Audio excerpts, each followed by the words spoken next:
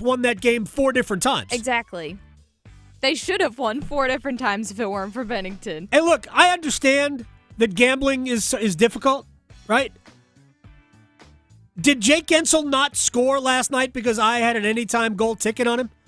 Because Jake Gensel could have scored 5 goals. But, of course, Austin Matthews was robbed twice in the overtime. Jordan Bennington should have been the player of the game. Connor Hellebuck was great, but ultimately Jordan Bennington won the game. Jacob Slaven was the best player in the entire event.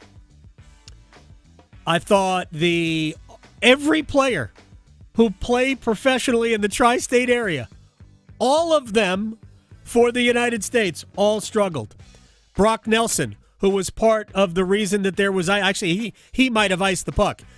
He was part of the reason for icing. He was on the ice when Sam Bennett scored to make it 2-2. He didn't get back. He lost coverage as well in transition. Chris Kreider, who drew into the lineup in favor of Kyle Connor, which I didn't love, although Kreider did score the U.S.'s goal against Sweden in the first 30 seconds of that game. So maybe in a game that was always going to be played right around the net, you'd rather have Kreider, big body, knack for scoring, as opposed to Connor, who is more of an open ice player. I get the strategy there, but Kreider hasn't been good all year. Kreider barely played. Vincent Trocheck wasn't great in the game. Jack Hughes was, I thought, for the most part, invisible. Like, I was waiting for the best, like Hughes, who's a dynamic skater. And again, maybe not a great style of game for him. He had a couple of good moments, but ultimately he wasn't great either. Adam Fox wasn't good. I thought JT Miller was like all over the place in many ways, like Noah Hannafin. And Miller was on the ice for for the Sam Bennett goal. I apologize. And maybe we're all judging everybody next to Jacob Slaven. True. Who was the best thing.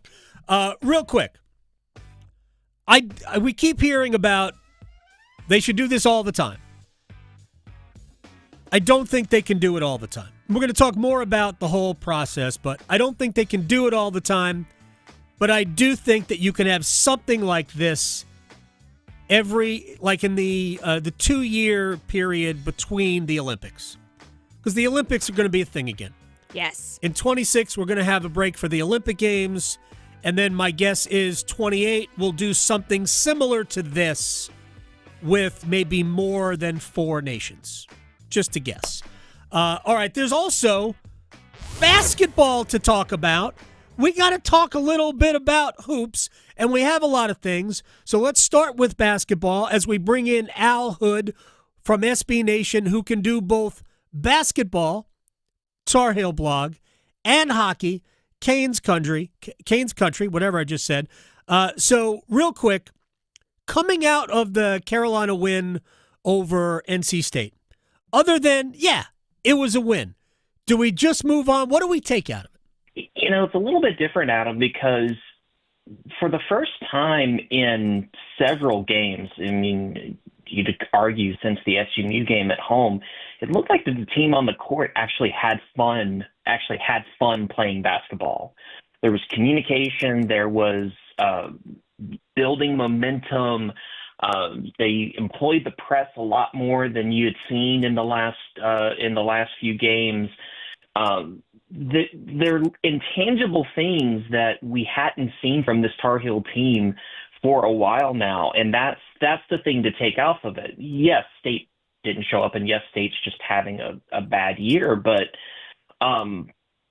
sometimes these little things, you never know when you're going to hit a fork in the road moment where you all of a sudden you realize, okay, yeah, we actually can play together. Oh yeah, we can actually hit these shots. And it was good to see them actually respond to the crowd that showed up and looking for something on Wednesday night. That the free crowd that showed up for the Snow game was there booing them, and they felt like it was important for them to actually show up and perform for them. So that they're intangibles that they can take to Virginia tomorrow, another home game.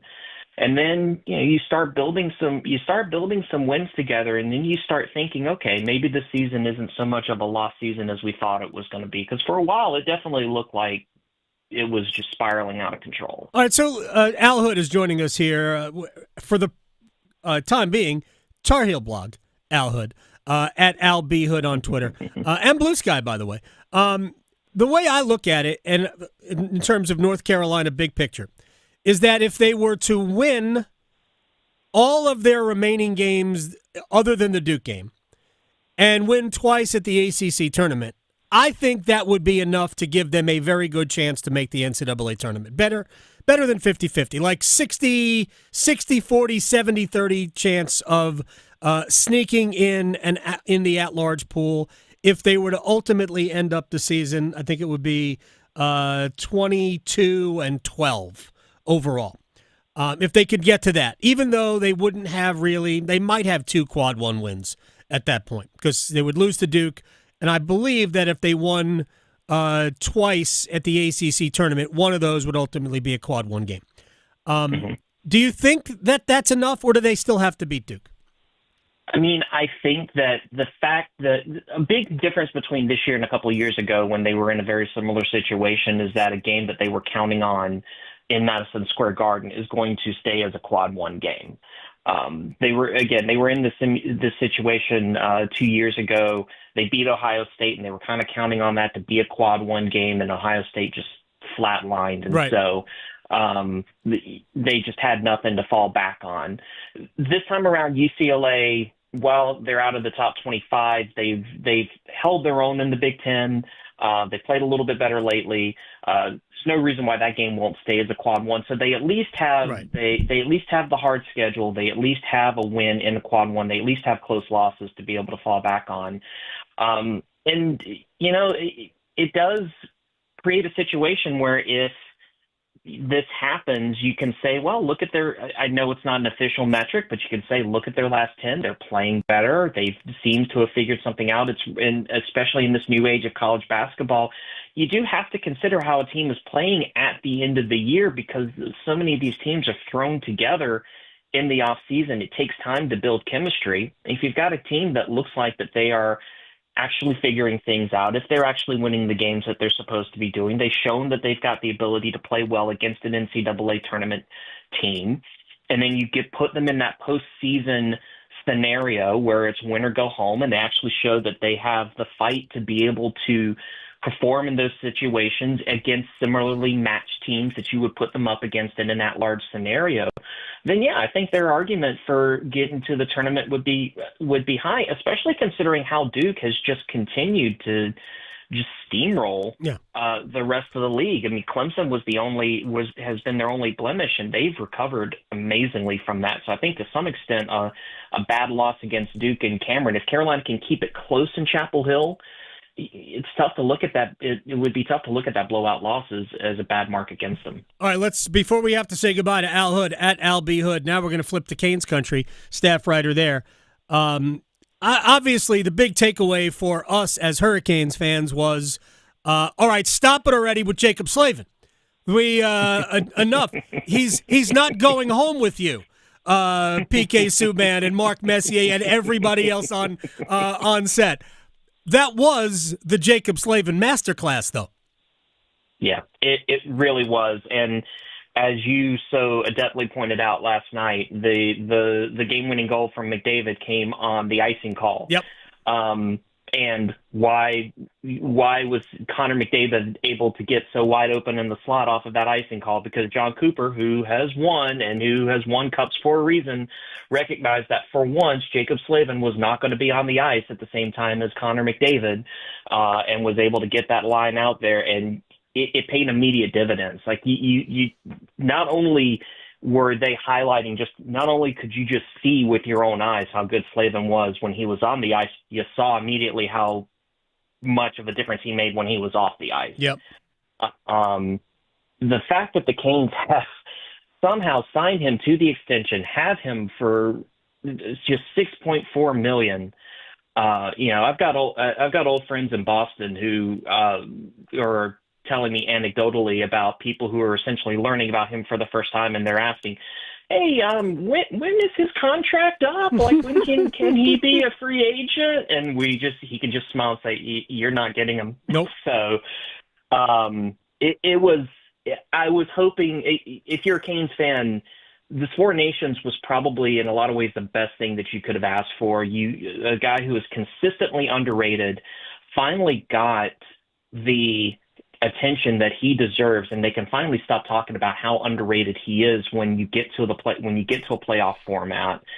Seth Jarvis became a media darling, even though he was a healthy scratch on one night. He became a media darling out there. Yeah. Rantanen seemed to have found his form by the end of it. The only person who struggled was Aho, and I have my disagreements with how the Finnish coach used Aho in that tournament format, but with so few games, any sort of mistake in usage is going to be magnified. But I think as Canes fans, you should be very happy with how the team was represented in the Four Nations. Oh, absolutely, especially since, by all accounts, Slaven was the best player for the United States. Mm-hmm. With all respect to Brady Tkachuk, who was awesome and eye-opening for a lot of people. Al Hood, at Al B. Hood, Tar Heel Blog, and Canes Country. We hit on both. Sir, enjoy. I'll talk to you soon. Sounds good, Adam. Thank you so much. All right, when we come back, Tripp Tracy will join us. We'll talk about Four Nations from his perspective. We all knew what Jacob Slaven was capable of. It was cool to see the entire world also digest it, especially for as much love as he was getting on television. Seth Jarvis, I thought, also played well. And we'll talk about how do you come down? How does Slaven and Jarvis play tomorrow in Toronto? All of that with Tripp Tracy next. Making more sports sense than social media trolls. The Adam Gold Show on the North Carolina Sports Network. Caniacs, get ready for Iced Tea, a brand new podcast that gives you the behind-the-scenes stories from the Carolina Hurricanes. You watch the game back? Yeah, all the time. And are you hard on yourself? Oh, God, yeah. Any of the players ask for their crust off? We do have one player that I cut the crust off, and I individually wrap it for him. Your name is on the Stanley Cup. It's the best trophy in sports. Follow Iced Tea with Megan LaMontagne in any podcast app or watch the show on YouTube. Today, we meet Sarah. Oh, hi. Welcome to the local dough. Sarah owns a small business, just like you. Oh, yeah. And I could always use more customers. Sarah knows how frustrating it can be when customers can't find you online. Wrong phone numbers, outdated listings, or bad reviews holding you back. Ugh, I need it to be easier for people to find me. Help. Visit snapshotmybusiness.com and you can get a free comprehensive report of your online storefront. We'll check everything. Your business listings, online reviews, social media posts, and even how your website ranks on search engines. Wait, I can get a free snapshot report of all that? That's right. The Snapshot Report shows you what needs fixed to attract more customers and grow your business. Snapshotmybusiness.com. Yep, it's easy. Just log on to snapshotmybusiness.com today and see how your business stacks up. Snapshotmybusiness.com. Your path to more business. Kudos, Carl. You've always had a need for speed. Racing anything with wheels. Yelling out 3, 2, 1 at every traffic light. But this time, you've taken your power obsession to the next level. By purchasing this electric vehicle, you've given yourself instant torque that blows your old launch times away, which will keep you saying, woo-wee, every time you punch the pedal. Good for your adrenaline, great for the planet. That's the power of EV. Sponsored by the NC Clean Energy Technology Center and the North Carolina Association of Broadcasters in cooperation with the station. At Uline, the prevailing opinion is, if you don't live it, you don't believe it.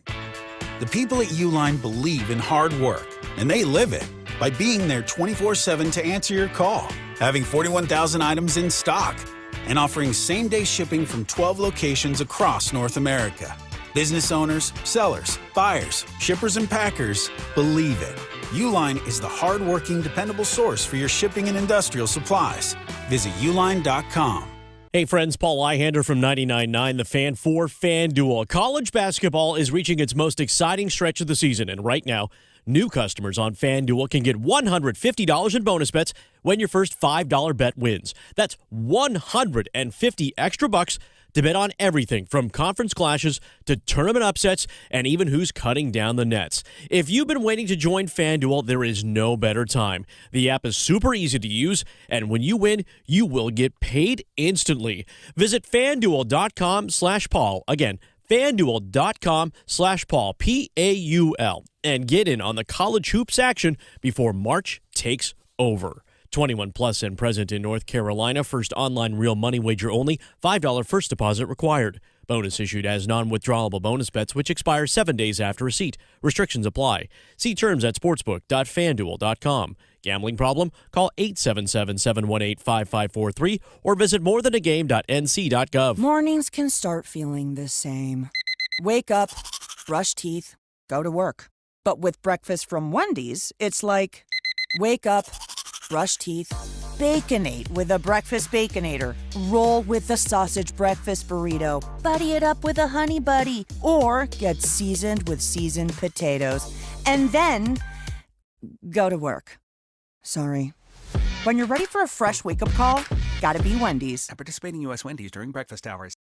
One Adam. Gold. One Adam. Gold. So I was reading an article about the 10 oddest Guinness World Records, and the thing that caught my eye was most skips by a cat in 1 minute. This woman has a jump rope and is skipping with her cat. Okay, I have got a cat, and let me just tell you, the skipping alone would cause this, but swinging a jump rope anywhere near my sweet kitty Carol, she'd be gone for like 5 days. The Adam Gold Show.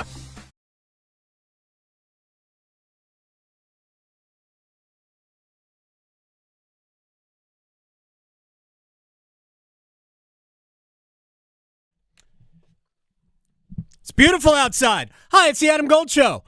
I think everything's working now. We're on YouTube. We're here every day, either whether you can see us or not. In fact, the last 2 days, I have been at my kitchen table. Oh, there you go. Doing the show. Earl has no complaints, I'm sure. I don't know. Earl was complaining yesterday. Oh, no. Earl wanted to be outside because my son, who also they hadn't had school all week, he was building a snowman, and Earl's like, I want to build a snowman. Exactly. So Earl was barking to get out as I'm doing the show. I'm like, man, this is not ideal. Perfect timing. Anyway, it was beautiful. Nice to see the snow. Now the snow is sort of melting, although it's super cold outside. Anyway, I'm Adam Gold. That's Victoria. You can always follow the show on YouTube, youtube.com/Adam Gold Show /999 The Fan, either one, and subscribe, like, do whatever you have to do. We're here every single day, just like Jacob Slaven is always there. My gosh, what a masterclass, but we're used to it. Tripp Tracy, the voice of your Carolina Hurricanes in terms of being an analyst, also the current North Carolina co-sportscaster of the year, joins us on the Adam Gold Show. It was cool, but at some point I became almost embarrassed by how much they were showering love upon Jacob Slaven. Wasn't that awesome? You know, it's the last thing that he would ever crave, but it was terrific, AG. It started to build. I mean, he was himself in all 4 games that he played in the tournament, but it really started to build with all the eyes in the first game against Canada, and then it just absolutely overflowed for all of the deserving reasons last night. There's so many different occasions in the game that you could point to that were vintage Jacob Slaven, even playing against all the best players in the world. And, if the United States had won in overtime, I would have been very curious. And let's just say hypothetically that Brady Tkachuk doesn't factor in an overtime winning goal. Who's to say Slaven wouldn't have? But, right. But he played to the point where, one, he would have been on the short list, and I'd put it for the United States at 2 players of being the most valuable player of the tournament. And I even thought to myself, without a Carolina lens, when I think about Conn Smythe trophy winners for losing teams, you still could have made the argument. You really genuinely could have.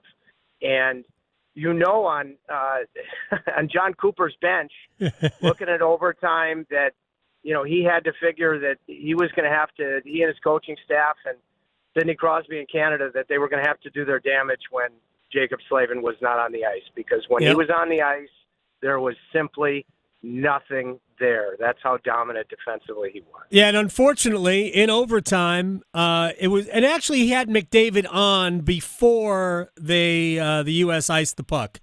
But, man, the U.S. did not have their best team on the ice for that at all. Adam Fox, who I know you and I texted back and forth, Adam Fox struggled. All 4 games, I thought Adam Fox struggled for the U.S. Noah Hannafin, who I thought was great last Saturday night, I thought he had good moments and some bad moments last night. Hannafin didn't really do anything wrong on the ultimate game-winning goal, but there were a lot of mistakes. Brock Nelson was part of the icing mistake, and when you're basically hamstrung with who you're going to have out there, you just can't leave Connor McDavid wide open in the slot. I felt bad for Connor Hellebuck because he had zero chance on that goal. Why wasn't Jordan Binnington the player of the game last night? Well, there's a lot to unfold in what you just said. Now, let me just hit it bang, bang, bang. Number one, it's the way things typically go that, the guy that would have been the American hero and was outstanding in overtime offensively, Austin Matthews, that he's the guy that chased into the corner. Meyer made just a high hockey IQ play. Fox is on the ice, because of icing. You could make the argument that you just give him offensive zone draws and you can't change off of icing, obviously, Adam. But you and I, when we were speaking offline, this is just being candid. I would have gone to 5 defensemen in the second period. Mm-hmm. That's not revisionist history. That's something that you and I shared privately. The guys could handle the extra minutes. Fox has struggled all year, and that extended right into the tournament. Binnington, I remember I had a lot of conversations with people from both the U.S. and the Canadian side, just, people, very curious what Canada would do after they lost the first game to the United States. And for me, based upon the fact that it was going to Boston, that was for me the central determinant, where Jordan Binnington had turned in one of the best Game 7 performances in, I think, it's Stanley Cup history, in leading the Blues to a Stanley Cup championship. If it's any other venue, there's a good chance that I make the switch to Adin Hill. But you don't do it going to Boston. And that certainly came to fruition. Feel for Austin Matthews because he could have been the hero, but, I certainly partner, and it's something, like I said, you and I talked about. I would have gone to 5 defensemen in the second period. Fox had started on the number 1 power play unit. You didn't get a power play last night. No. Could have made an argument for too many men, but at that point, Zach Werenski had taken over on the first power play group. So, all these reasons, I would have gone to 5 on the blue line. It really was too many men on the ice on the Bennett goal. I don't know why it was allowed, because the guy coming on the ice too early factored in the play. I actually think it might have been Bennett who intercepted the pass. Like, he jumped on the ice. I didn't get why that was allowed, but it was close. And that would have been the first and only USA power play. Vinny Trocheck committed the penalty for the other one, which wasn't a great penalty, but Carolina had no problem killing it off thanks to Jack Eichel and his skate and Jacob Slaven and his stick. And again, Slaven was pretty good. What do you think Seth Jarvis, pretty good is an understatement, what do you think Seth Jarvis and Jacob Slaven are talking about? Because I'm guessing that they're not coming back to Raleigh to fly to Toronto, that they're just going to fly directly from Boston to Toronto. What do you think they're talking about in the plane? Well, I can tell you that, both guys have spoken to today, and Jacob actually, because I'm on the way to the airport right now, dropping off my dog and headed to the 2 o'clock charter. Jacob wanted to fly back with his wife, Kylie, and the kids. So he actually flew back here early this morning. Wow. And he'll be on the charter.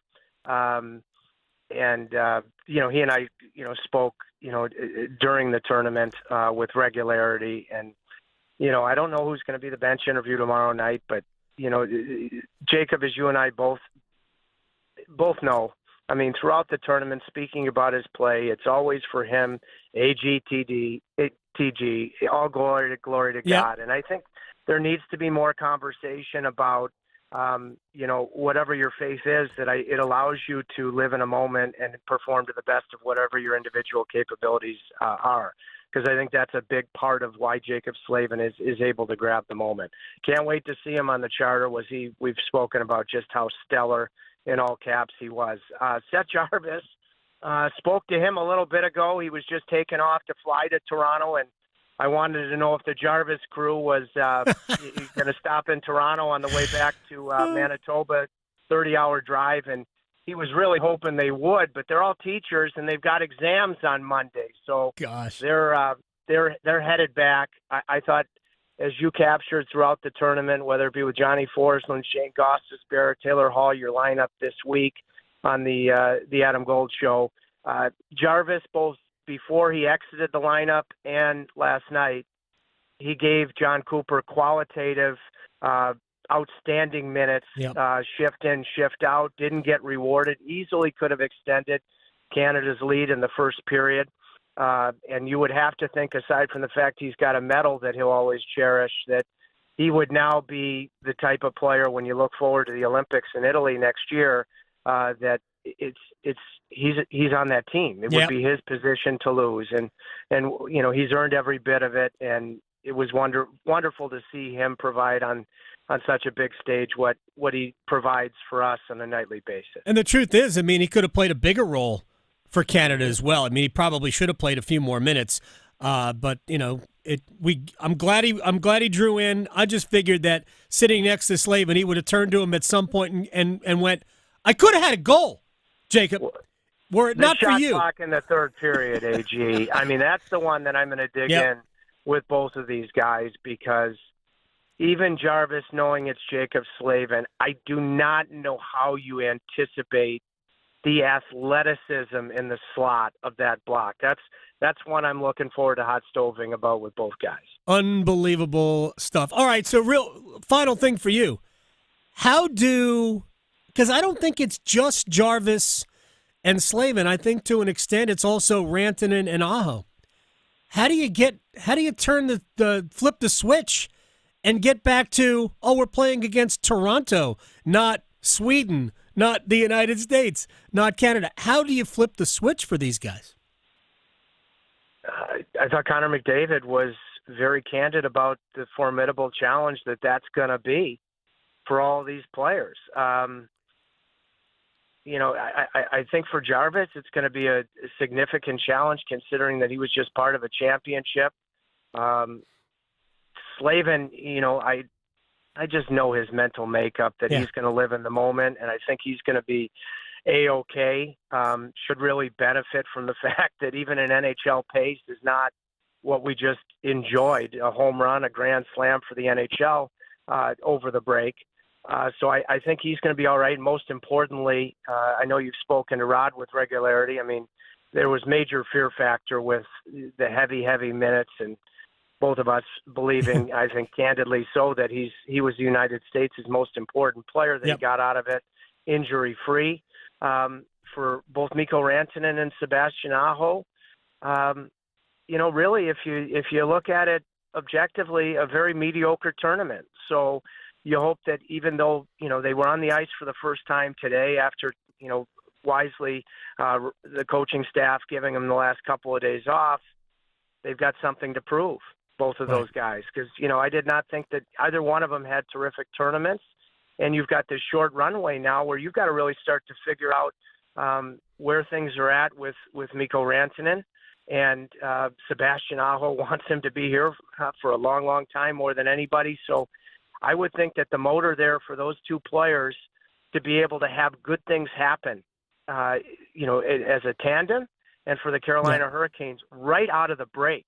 There's no, there is not a long runway to have good things happen and have Sebastian feel good about his game and Mikko Rantanen feel really good about Carolina. And so I don't really worry about those two players, because I think there should be we'll see how it plays out. A lot of self-motivation. No question about it. All right, best to Frank, best to you. We will see you very soon, Tripp Tracy. AG, you captured the tournament. Frank's shotgun right now. And I've been very fortunate that I caught you with John and then Shane and Taylor with Frank's shotgun, and he perks right up like he's listening to the Circle of Life, and he's mini Mufasa. So great coverage during the tournament, which was just A+ for hockey. Thank you very much. I'll talk to you soon, man. I'll talk to you tomorrow. You got it. Tripp Tracy here on the Adam Gold Show. It was a tremendous tournament, and it was very cool to see Slaven and Jarvis both play well. Finland was kind of hamstrung by the fact that they didn't have a good blue line, and they really just couldn't get the puck out of their own end. All right, when we come back, one-timers on a weekend as we're headed down the home stretch in college basketball. 3 weekends of regular season play remain. Duke is outside of the league. They got good news, by the way, with Malik Brown. And we'll talk about whatever it is Victoria wants me to talk about in one-timers next.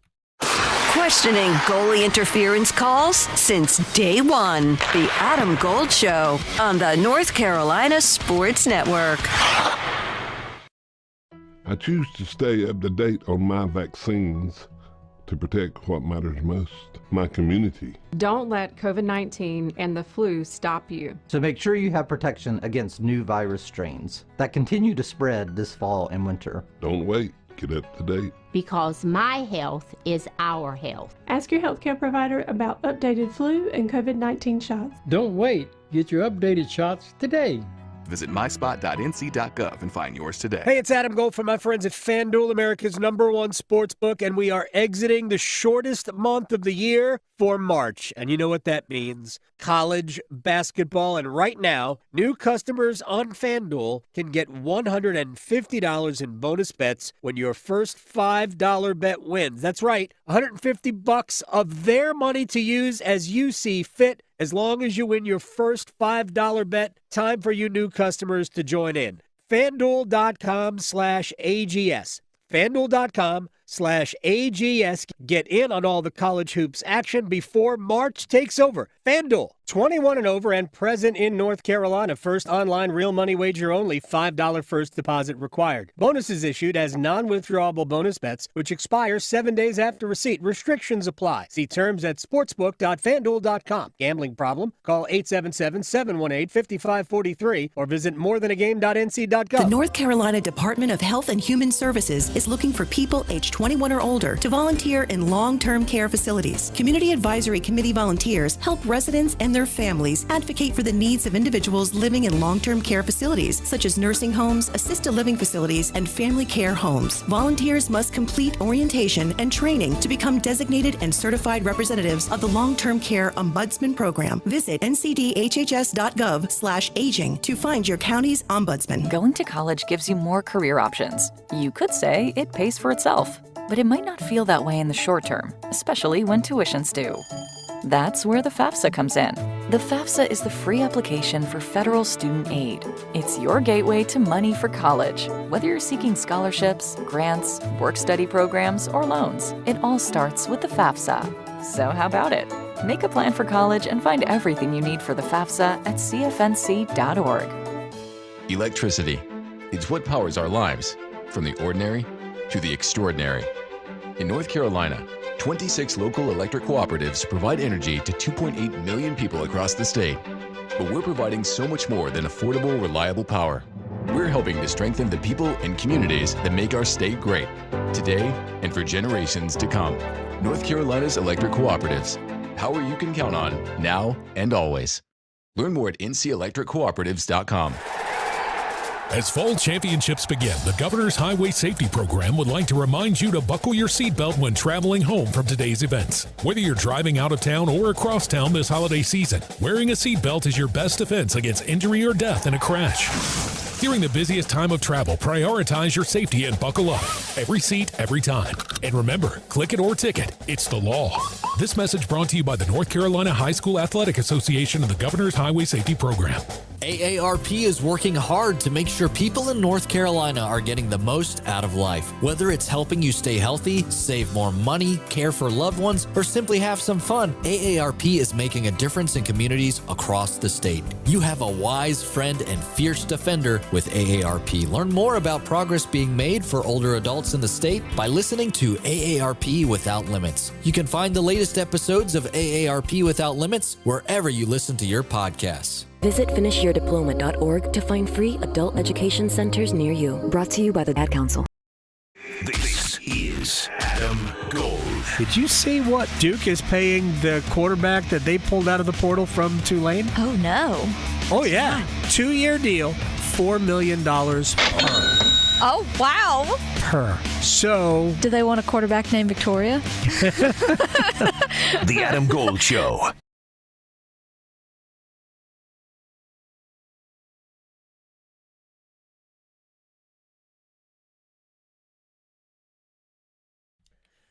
It's the Adam Gold Show. I am Adam Gold. Is it okay to still, because I still feel that buzz from watching that last night? The pause made me think you were asking if it was okay to steal. Yeah. I was like, oh, I mean, are we stealing hearts? Isn't anything off, fair game today? So, yeah, it was so cool to watch. So real quick editorial comment about not just Four Nations, but what that hockey represents. And credit to the National Hockey League, by the way, for making it feel Olympic-ish, giving out gold medals, playing the national anthem after the game, which, speaking of the national anthem, oof. You want to disrespect the national anthem? Have O Canada sung like it was sung last night. We are going to remedy that at the top of the hour, I promise you. So I just felt like growing up, and it wasn't the same, but even as we got into when professionals started going, there is nothing better than, to me, Olympic hockey. I still prefer it to NHL hockey when it's done right. And I thought, out of nowhere, Four Nations face-off was done right. There's no way the NHL thought it would be this good. No way. No chance. What a happy surprise. Because they would have done it earlier if they thought it would be that good. Because they controlled it, all of it. They benefited from all of it, as opposed to what has been in the past about the Olympics. And I get the league is going to be criticized because they didn't allow the players to go for various reasons. And I'm not saying any of those reasons were bad, but for various reasons, they did not allow the players to go the last couple of times. COVID had more to do with the last one, but the other one was we just couldn't reach a financial agreement with IIHF. Anyway, it was awesome. We will have some form of it going forward, and we'll talk about that a little bit later on. Right now, one-timers.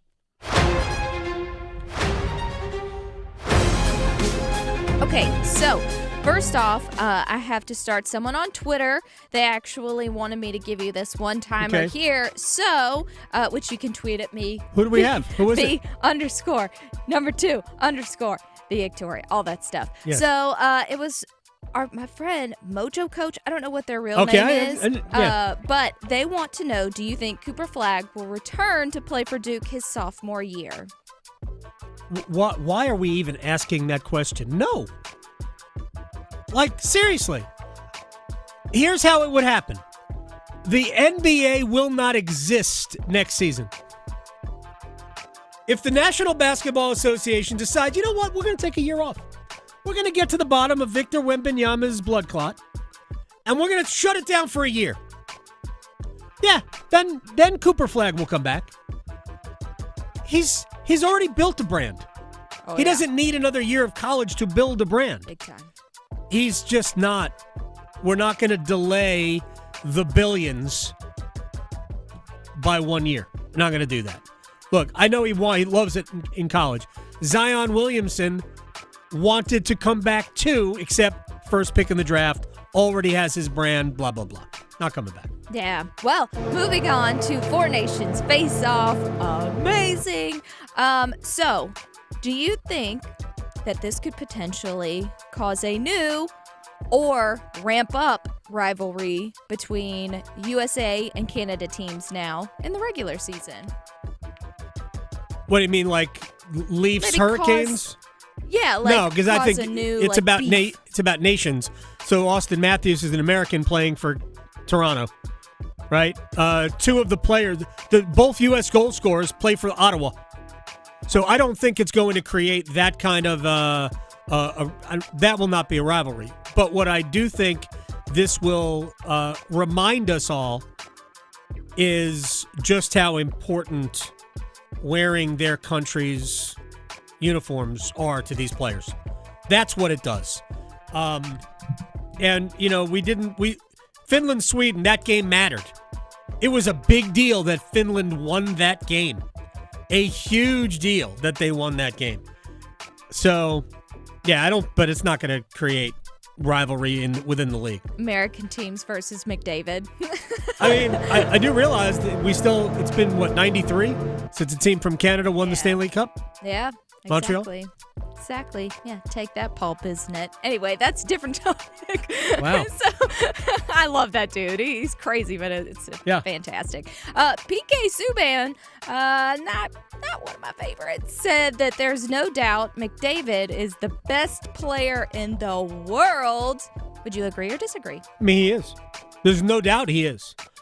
There's a lot of players who have maybe over the last year have played as well or better. Nathan McKinnon has been amazing last year and a half, but McDavid is the best player. Yeah, it might be the best player ever, to be honest. Well, Americans don't like him today, that's for sure. Yeah. Now, moving on to ACC basketball. Of the games that UNC has left, do you think that there is a path to the tournament for them? And I have the games left if you need a recap. I've got them. They got to beat Virginia, Florida State on the road, Miami at home, Virginia Tech on the road before they get to Duke. Let's assume they don't beat Duke, because I'm going to assume that. Then you win twice in the ACC tournament, and you're 21-12. And I think you have a chance at 21-12. It would help to be really impressive in your 6 wins versus your 2 losses. Because, again, I'm going to guess that second loss would also be to Duke. If you beat Duke once, you're a tournament team. But if they fall to Duke both times, I still think that they can get in. But, it's basically just maybe slightly better than 50-50. And you'll be dependent on a lot of other things happening. So, yes, there's a chance. We probably don't have time for another one, so we'll just end on, yes, there's a chance. At least there's a chance. So you're saying there's a chance. So, anyway, again, to me, Four Nations was just spectacular. It was a great advertisement for NHL hockey. From the heels, touchdown, Carolina, to the canes. She scores! He covers it all. The Adam Gold Show on the North Carolina Sports Network. Listen every afternoon for The Drive with Tim Donnelly. If Super Bowl 59 shows us anything, it shows that defense wins championships. That tried and true saying, defense wins championships. And if you're the Carolina Panthers, this is something you have to devote this offseason to fixing. Draft picks, free agency. You have to strengthen up that side of the football. You have to be great on defense in order to win. The Drive with Tim Donnelly, 3 to 6 on 99.9 The Fan. At Wells Fargo, we know what got you into your business. Whether it's manufacturing, running a restaurant, or your business from home. What you didn't get into your business for was banking. But luckily, Wells Fargo offers business checking, payments, and lending all in one place, in your neighborhood and on our app, so you can focus on doing what you love. Wells Fargo, you're good at business, we're good at business banking. Learn more at wellsfargo.com/business. Terms apply. Wells Fargo Bank and a member FDIC. It's bow time. A leg and thigh dinner from Bojangles for just $5.99? Leg and thigh dinner from Bojangles for just $5.99? So crispy. So crispy. And juicy. And juicy. So much flavor. So much. Stop it. what are you doing? What, you expect me to get this delicious deal and not say anything? You're unbelievable. You're unbelievable. With a boldly seasoned leg and thigh, choice of fixin', a biscuit, and legendary iced tea, it's a deal so good it's worth repeating. So eat and repeat while it lasts. It's bow time. It's bow time. Dine in, drive through, or tap your favorite delivery app and have Bojangles come to you. Satisfy your craving for flavor right now with Bojangles 2-piece dinner. 2 pieces of Bojangles dark meat chicken, your choice of fixin', a biscuit, and iced tea for just $5.99. That's right, just $5.99 for limited time at participating Bojangles. What are you waiting for? When you're hungry, it's always bow time. A new game has landed in North Carolina. Officials are calling this new species of game Cash Pop. So easy to play, it's out of this world.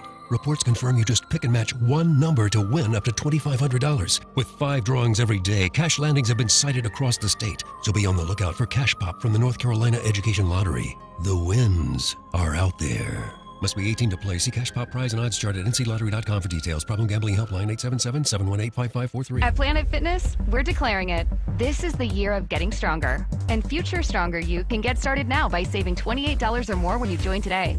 You in? We have all the best-in-class equipment you could ever need to keep stepping it up. And free fitness training to help you mix up your routine. Plus, most clubs are open 24 hours. So let's do this. Join Planet Fitness today and save $28 or more. Just $1 down, $15 a month, cancel anytime. Deal ends February 28th. See Home Club for details. Do you worry about how much someone drinks? Do you feel neglected or unloved? If you answered yes to any of these questions, you are not alone. Al-Anon and Alateen can help. Call 1-866-200-0223 or visit alanon.org/help. O'Reilly! Check engine light on? Take the guesswork out of your check engine light with O'Reilly Veriscan. It's free and provides a report with solutions based on over 650 million vehicle scans verified by ASE certified master technicians. And if you need help, we can recommend a shop for you. Ask for O'Reilly Veriscan today. O'Reilly Auto Parts. This hour of the Triangle Sports Leader is powered by Ritchie Law Firm, injury lawyers. Ritchie Law is on top of it. Go to ritchielaw.com. That's ritchielaw.com. They score! Are you a veteran currently serving in the National Guard or Reserves, or a spouse of a veteran looking to make a career change? The Department of Labor is offering no-cost employment workshops to help you. Visit dol.gov/OBTT workshops, paid for by U.S. Department of Labor. WCMC HD1 Holly Springs. Take us with you on the radio, Instagram, TikTok, Alexa, and YouTube. 99.9 The Fan, the Triangle Sports Leader. You're listening to The Adam Gold Show on the North Carolina Sports Network. Look, if I'm making the decisions, I'm going Justin Fields. I mean, he has a much higher ceiling. The floor, I think, the way the Steelers look at it, Fields has a lower floor than Russell Wilson, which is why Russell Wilson won that competition, if it was ever a competition, which I don't really think it was. Look, I think that Justin Fields did a really good job in those first 6 games that he was the starter. He went 4-2, and Mike Tomlin even said after the year when he did his season-ending press conference that Justin Fields showed him that he has the capability to be a starter. Hey, it's the Adam Gold Show. That was Brooke Pryor. Funny, the Steelers quarterback situation is going to come up this hour. Mike DeCourcy of the Sporting News is going to join us in about 20 minutes or so, and I will ask him, because he's a big Steelers fan, if he's ready for Aaron Rodgers. Yeah, I don't think Aaron Rodgers is going there either, but I'm going to tease him. Because nothing seems like more of an ill fit than Aaron Rodgers and Mike Tomlin in Pittsburgh. Nothing. Oil and water. Oh, my gosh. Nothing could be less attractive to Mike Tomlin than Aaron Rodgers as his quarterback. All right, so this is the Adam Gold Show, live on YouTube, youtube.com/Adam Gold Show. And Victoria's here. We're all in studio based on after the couple of snow days. Snowmageddon. It was. We got more snow than we anticipated. Biff loved it. Yeah. Oh gosh. Oh, yes. I already talked about snowman building and Earl's FOMO, which got him on the radio yesterday, and the day before as well. And we're going to get back. We'll talk a little snow stuff in a little bit, but. over the 10-day period where we watched Four Nations, for the games in Canada, a lot of people were put off by the fact that fans in Canada were booing the Star Spangled Banner. Not going to get into whether or not you shouldn't boo, or you should boo, or you shouldn't care. Not going to get into any of that because frankly, it's all a tiring discussion. But it happened, and the United States players mentioned that they didn't like it. Matthew Tkachuk, I'm not going to say anything more, but I didn't like it. Boom, that's enough. So there are many ways to disrespect the national anthem. And yesterday, for what amounted to the gold medal game of the Four Nations face-off, in Boston, they had obviously O Canada first. The United States was declared the home team, and the Star Spangled Banner second. They had the Boston Pops for the Star Spangled Banner when they have a great anthem singer already at TD Garden. Todd, whatever his name is. Right. Big dude. Yes. Just let him come out and sing it. Why not? We didn't need the Boston Pops. Regardless, that was a miss on the part of the NHL. Yeah, because it even delayed the game. Right. Not a bigger miss than whoever sang "Oh Canada" yesterday. And I'm thinking, oh my gosh, you want to disrespect the anthem? Do that. Do exactly. Because that was disrespectful to "Oh Canada." And maybe that was by design, based on the booing. I don't know. But it was bad. And I thought, I have heard that song sung beautifully right here in Raleigh. So I thought, what's Mason Greer doing? And we found Mason Greer. And Mason Greer, thank you very much for doing this. We need to right the wrong from last night. So would you do us the honor of righting the wrong from last night? All right. Be happy to. So, the floor is yours, sir. Oh, Canada, our home and native land, true patriot love in all of us command. With glowing hearts we see thee rise, the true north strong and free.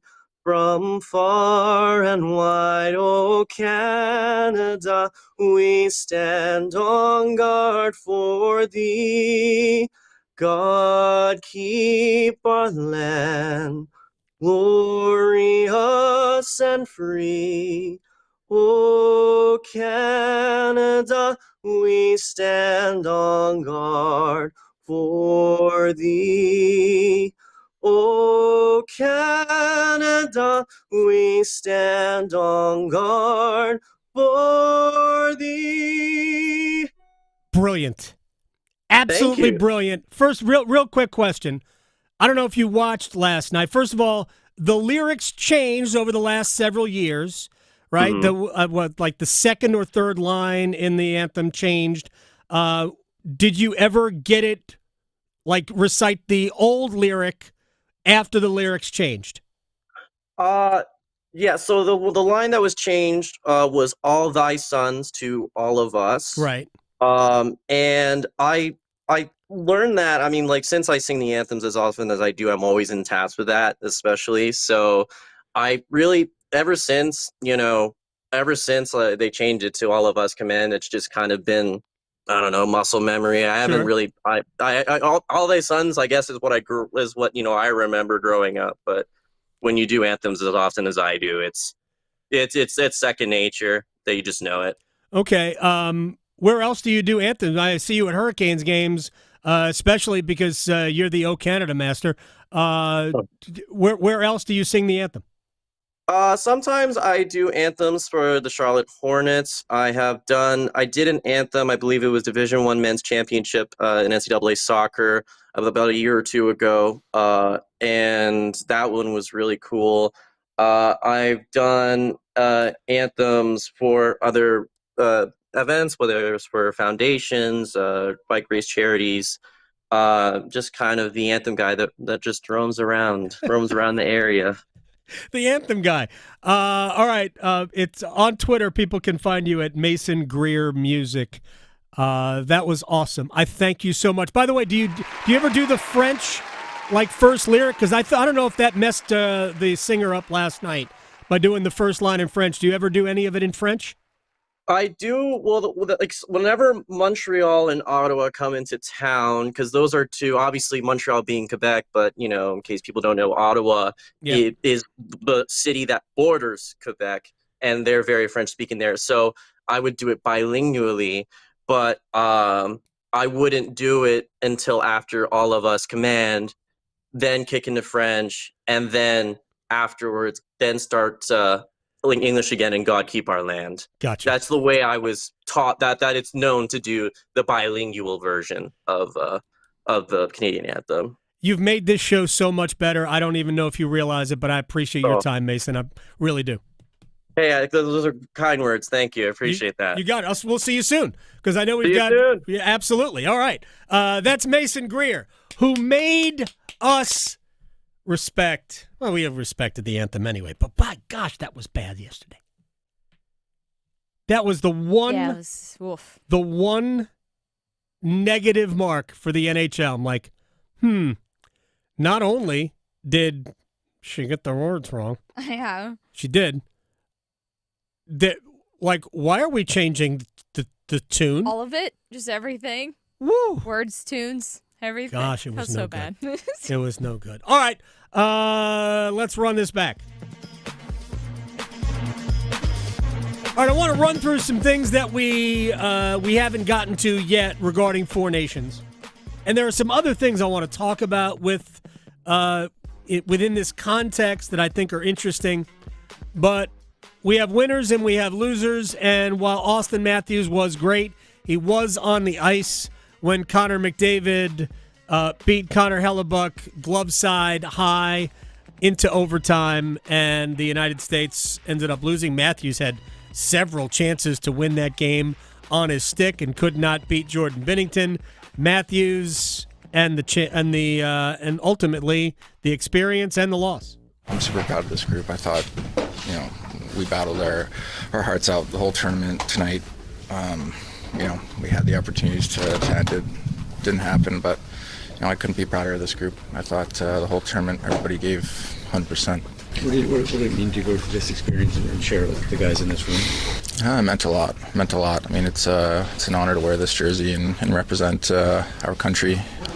Obviously, a lot of familiar faces, guys that have played with each other in the past. So it's definitely a special honor, something that we definitely don't take for granted. Yeah, teammate, by the way, Mitch Marner was the guy who made the pass past him to McDavid in the slot. Nathan McKinnon was named the most valuable player of the Four Nations face-off. He scored the most goals. On what this does for NHL hockey. I think it does a lot. I think it was much more popular than even we would have imagined. It was getting so much attention from our whole continent. It was pretty cool, just the build-up over the last 3 days of Canada versus USA. So obviously a lot of stuff going on with Canada and the USA right now, and us playing against each other was kind of a perfect storm for our sport. And it's great to have new eyeballs on it. And there were new eyeballs on it. I'll be interested to see what the television ratings were for last night. Right? We know what Saturday night brought on ABC. It was about 4.4 million in the U.S. That number was north of 10 million when you bring in the Canadian viewership, because, of course, we have two different groups of people that are being monitored for that. So, look, in the grand scheme of things, and I said this the other day, in the United States, believe it or not, the NBA All-Star Game actually outdrew the USA-Canada game Saturday night. Now, Saturday night versus Sunday night, different animals. Saturday night, in general, lower viewing than Sunday night. I would say that the Sunday night NBA All-Star Game probably had more competition with the SNL show as well as Daytona. So, the number is what the number is. But in terms of the conversation about this, way, way more positive for this than the NBA All-Star Game. And I'll just give you this point to digest. Today, this is Friday, and this tournament has been going on for, since Wednesday of last week. So we're talking about 10 days roughly from the beginning of the tournament to the end. And right now on ESPN is how can the Four Nations tournament impact the NBA? Oh. We're still having this conversation. Look at him go. That's what the impact of what we just saw has been across sports. And I want to have that discussion as well. As for the experience, back to the U.S. locker room, Brady Tkachuk, who, if it wasn't for Jacob Slaven, he was the United States' best player on the experience. I mean, this has been these atmospheres in Montreal, being the enemy there, but being here and not getting the cheers that you usually get when we play here. And, I mean, it was just an unbelievable experience. This whole week has just been such a memorable one and something that, I've learned so much personally. And just to be a part of this group and this team and be a part of USA Hockey has been, better than I expected. 1 year. Olympics.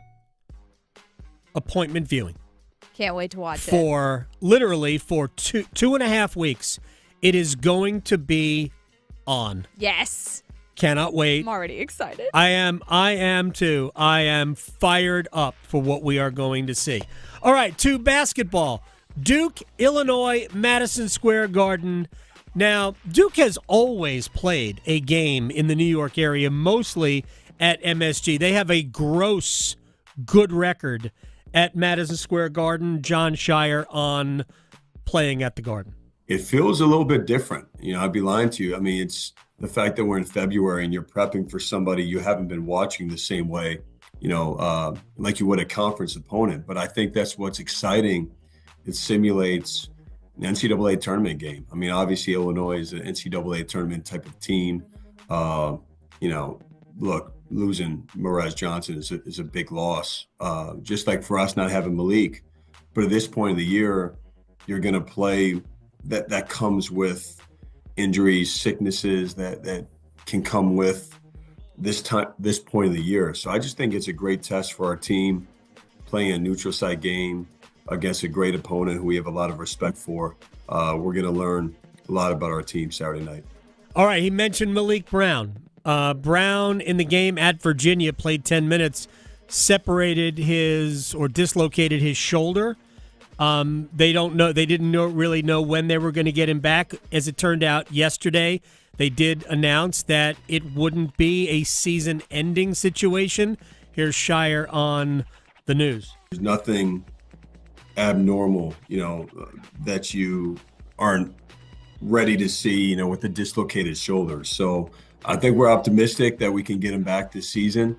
I think the hardest part is a lot of it has to do with his stability, which right now he's pretty sore still. So we have to see how much time that takes. Is it a couple weeks? Is it more?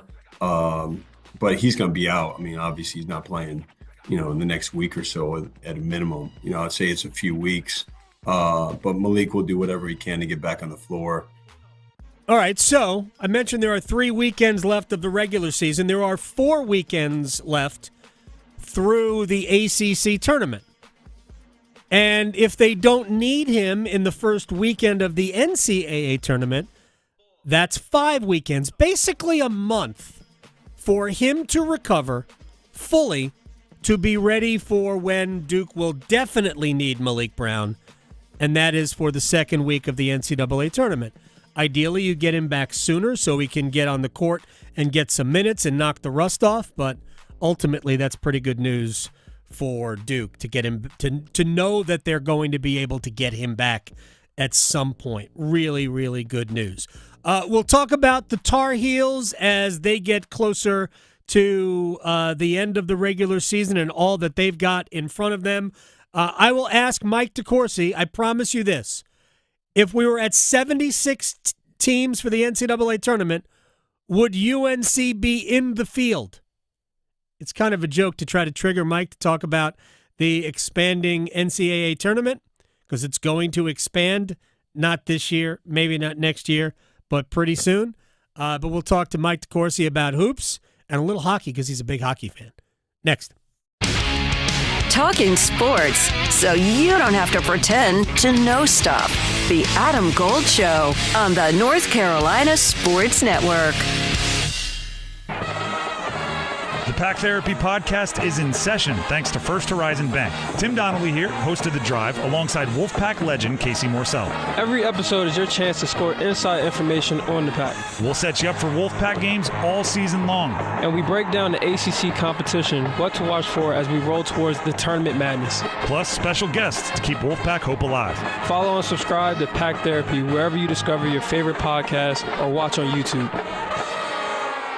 Do you have 3 ex-wives and your current trophy wife wants a life insurance policy 3 times the size of the policies you had to purchase for your previous mistakes? If so, you need to call Big Lou at Term Provider, 800-444-2013. Big Lou is intimately familiar with your problems, and if you're 50 or 60 years old and in reasonably good health, a $1 million policy should only cost about $100 to $200 per month. Big Lou may have a solution for your previous policies as well. You may even save enough money to lighten the load on your new $1 million policy. Remember, call Big Lou. He's like you, except he's only on number 2. Call Term Provider at 800-444-2013. That's 800-444-2013. For $1 million in term life insurance that you can live with. Call Big Lou at 800-444-2013. 800-444-2013. It's time for the Coastal Scholar Athlete of the Month.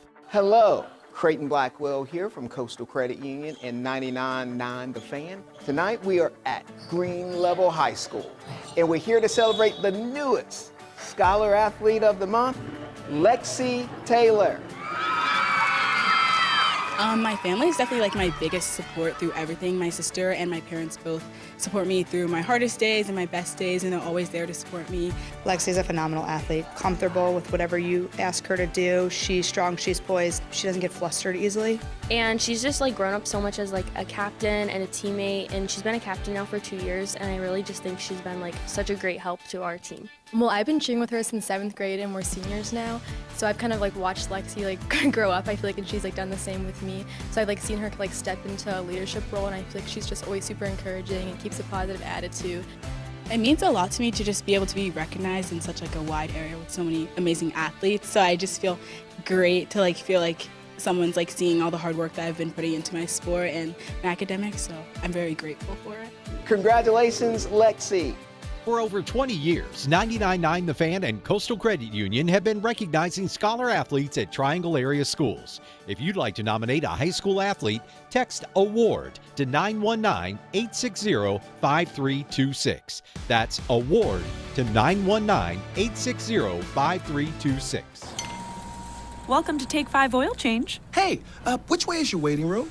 Oh, you can stay in your car. It only takes 10 minutes. I can stay in? Get out. I better find a good playlist to listen to while I wait. EDM? Nah. Oh, what about something classical? Nah. You got any suggestions? Dad rock? Now you speaking my language. Take 5. The stay in your car 10-minute oil change. This hour of the Triangle Sports Leader is powered by Ritchie Law Firm, injury lawyers. Ritchie Law is on top of it. Go to ritchielaw.com. That's ritchielaw.com. Parenting is hard. Technology can make it harder. The Family Media Plan developed by the American Academy of Pediatrics helps make it easier. Go to healthychildren.org/media plan today to create the media plan that's right for your family. Gold. Gold. So I was reading an article about the 10 oddest Guinness World Records, and the thing that caught my eye was most skips by a cat in 1 minute. This woman has a jump rope and is skipping with her cat. Okay, I have got a cat, and let me just tell you, the skipping alone would cause this, but swinging a jump rope anywhere near my sweet kitty Carol, she'd be gone for like 5 days. The Adam Gold Show.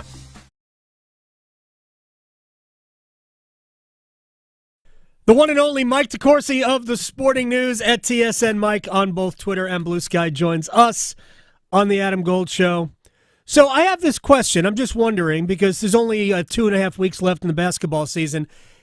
Would North Carolina be in the at-large pool if it were a 76-team bracket? They'd probably be in the field if it were a 76-team bracket. And if that's a incentive enough for Tar Heels fans, then their standards are not what they used to be. Let's put it that way. Oh man, I love Seth Davis, but Davis kind of carrying the mail for the NCAA if they expand this field is kind of a bummer, because I feel like we need pushback. Here's the one thing I will say, because I think he's right about this.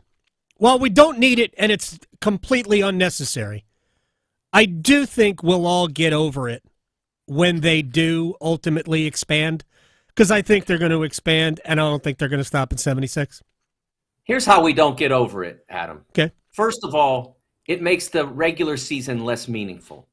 And there are already legions of especially loud voices in our business who don't want to pay attention to college basketball from November to March because it's hard. Right. There are 360 teams. There are 75-ish, 80 high major teams, whatever the number is.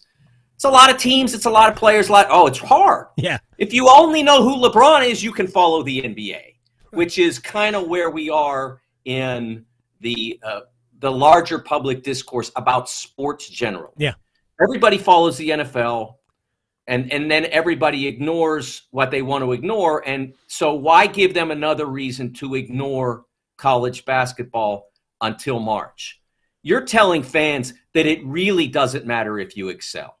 I mean, I hate to use Carolina as an example, given that it's a great program, and I like all the people involved.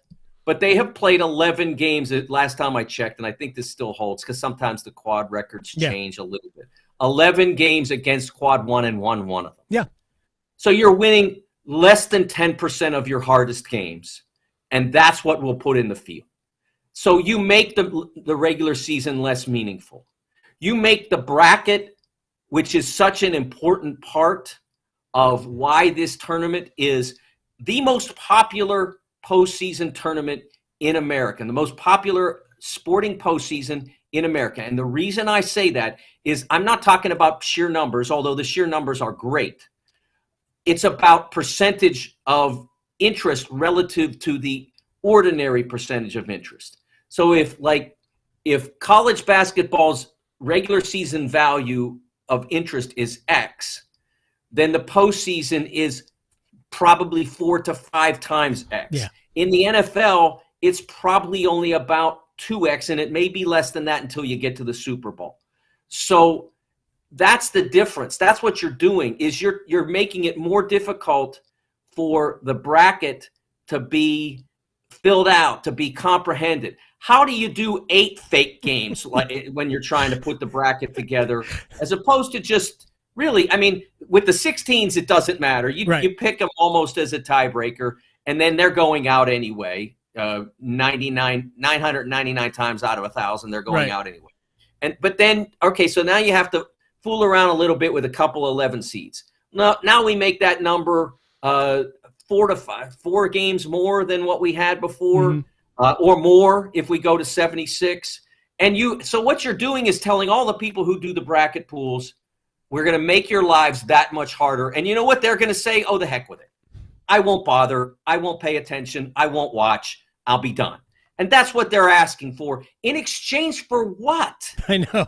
What do they get in exchange? The networks don't want it. Don't want it. Right? The networks don't want it. The two companies, and in this case it would be Turner, because they do those first 4 games, although CBS might get involved in it. Who knows? If we're even going to be able to watch CBS, if you're a YouTube TV household, as I am, we might lose all of them. I need to watch Rory McIlroy win the Masters, by the way, although I could probably backdoor at Masters.com.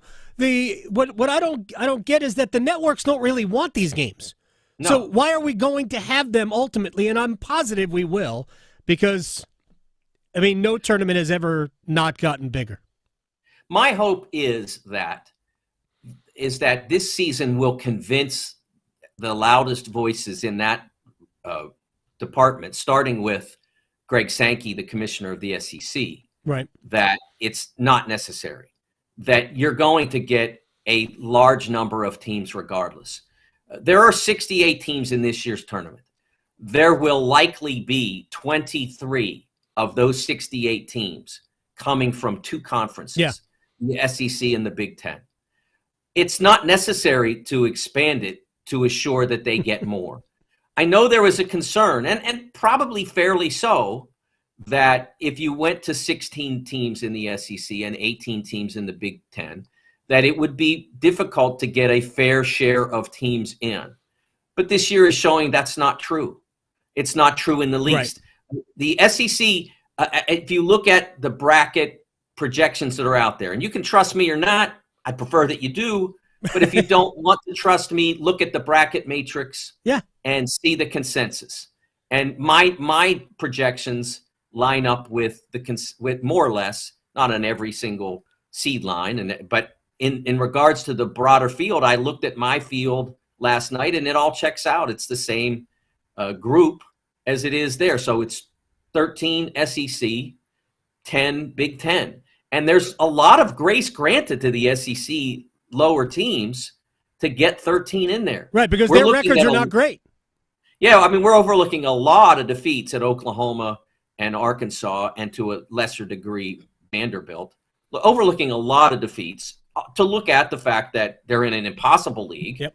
And the fact that they did win significant games along the way, in non-conference particularly, but then also in conference play. So I'm hopeful that someone stands up and says, look, this is bad business. You don't do something the customers don't want. Well, yeah, the problem is that I feel like you already referred to Greg Sankey, and we're talking with Mike DeCourcy of the Sporting News. And I just don't think Greg Sankey really cares about these sports. I think he only cares about control and power and how much money he believes he can get for the SEC, and that's what it's become. It has become, basically a high-stakes game of mergers and acquisitions, and he's just trying to gobble up as much. And if that sounds like a personal indictment of Greg Sankey, well, then it is what it is, because I don't believe he cares about the sports. I'm not sure Tony Petitti cares about the actual sports games and athletes. I think they only care about control. But again, I just think it's inevitable. So I think ultimately we'll all just kind of grin and bear it. We didn't need 68. We didn't need 65. 64 would have been better, but that's not where we are. We did need 65 because once we got to a certain number of conferences, it would have shrunk the at-large pool. Yeah, by one. So I understood the 65. 68 was a nice compromise against the ESPN push for 96 in 2010. So people know why we're at 68. 96? 2010, there was some concern. CBS didn't want, they were paying $700+ million for annual NCAA tournament rights then. There was concern that it wasn't worth that any longer, and they weren't eager to pay that. So Turner stepped in and said, "Okay, we'll help. We'll help pay that $700 million." And I think that the first four was a slight concession to that, and also to the coaches who had pushed for a broader field because they think it saves their jobs to finish 15-15 and get a bid. Yeah. I don't think it would, but they think that. It's not as bad as I thought it would be, but it will get worse when we expand. All right, let me get to a couple of other things with Mike DeCourcy before we have to say goodbye. I know you're a hockey fan, and you're a big Pittsburgh Penguins fan. Sidney Crosby just doesn't lose international tournaments, although Jacob Slaven would not let him score. So your big takeaway from the Four Nations, which people have been now gushing over for the last 10 days, and for those of us who cover the sport pretty closely, it has been awesome to see this national groundswell of, my gosh, this is great. What was your takeaway from it? Yeah, I thought it was. I don't imagine they'll ever go back to the NHL All-Star game because they were trying so hard to make that interesting, and no one really cared any longer. Mm-hmm. If you can't get the players to compete, then it's not a worthwhile exercise. And they put the flags on this, and now they're playing, and they're playing hard. And I did not like at all the way Saturday night's game started. I thought it was a farce. I thought, honestly, that all three players should have been thrown out of the game. And that in an Olympic tournament, they would have. Yeah, I know. And they took advantage of the NHL's appeasance of this, and I thought it was garbage, to be honest with you. I lost a lot of respect for those players when they did that. But I was glad that in the gold medal game, or whatever you want to call it, the trophy game, that stuff was gone, and that they played hard, and it was great hockey. Yep. And great hockey is always wonderful. And the way ESPN presented it by playing the Miracle the opening, or not the Miracle opening, but the Miracle speech at their opening was phenomenal. Yeah. And so it was a great show. And I wrote earlier in the week that's how I don't know if it saves the NBA All-Star game to go in that direction, play the USA versus the world, but I bet they play harder. I tell this story, Adam. Last year I was doing Big Ten basketball and beyond, and we went live on Sunday night. And when we were done, I came back to my hotel, and there's a bar to the right, and there are TVs, and I looked up at the screens, and the score was, I believe, 181 to 163, and there was still like 7 minutes left in the game. And that's all I needed to see to know that it wasn't worth my time. I don't think it would be the case in a USA versus the world NBA All-Star game. The ultimate thing is you got to get players to buy in. If players don't buy in, and I was frankly surprised at the level of buy-in, and I shouldn't have been. In retrospect, I shouldn't have been, because best on best, as they call international hockey at its finest, has been something that the players have desired for a decade. It has been a long time, since I believe 2016 was the last time, right? 2014 was the last Olympics. 2016, they sort of had it with a World Cup that preceded the season. Right. So it's been about 10 years since we've had anything resembling best on best. 2016 gave us some strange, North American team. We had USA, we had Canada, and we had North America, which is weird because I would think that USA and Canada, if we're not all one country yet, would be encompassed in North America. That's it. We don't have to get into that. So I underestimated just how much it would matter to these guys. And, you and I agree on the fighting aspect of it, but I thought that game, first of all, that was a tone setter for the game, regardless of whether it was good or not. And I'm not arguing with you at all. I'm not a fighter. I'm not a fan of any of that. But the rest of the game was played Saturday night, was played at such a high level and such a level of physicality that I kind of forgot that we had three players standing in the penalty box for the first 5 minutes of the game because they were fighting. But I loved the buy-in, and I think we saw that from the first couple of games, even before we got to USA-Canada. I'm not sure we can do it every year because I think you would lose something, but we are going to have the Olympics next year, and I think 2 years after that, we'll have an expanded one of these to incorporate Czechia, Switzerland, Germany, and theoretically, Russia would be involved as well. Although right now, Yevgeny Malkin might be the number one center for Russia, and that ain't good because Yevgeny is past his sell-by date. If you ask me, let me ask you one more thing, Mike DeCourcy, because I know you're a Steelers fan. Are you ready for the Aaron Rodgers era? In Pittsburgh? That is not going to happen. No. Everybody's doing that just because they know it gets Steelers fans wound up. That is not going to happen. He does not fit the organization. It won't happen. I still think that they're going to go with another year of Justin Fields. I think that's what will happen. Fields, not which Wilson? I am in favor. I'm sorry? Fields, no, not I don't Russell think they're Wilson? going to run that back. Okay. No, I don't think they're going to run that back. I'm in favor of going with Justin Fields if they go to an offense that would be similar to what the Eagles did with Jalen Hurts. I think that Justin can excel in such an offense. I mean, I don't necessarily mean to Super Bowl level, but I think he can excel in an offense where it's 1-2 run or 1-2 extend the play, and not 1-2-3 maybe 4, which is not really what he does well. Because when he usually gets to 3 or 4, he throws an interception or gets hit and fumbles. Right. So it's not do what you're best at, and that's why Philly won the Super Bowl. Because they looked at the first 4 games and said, this isn't working. It doesn't matter what you as the offensive coordinator excel at. It matters what the guys who are executing excel at.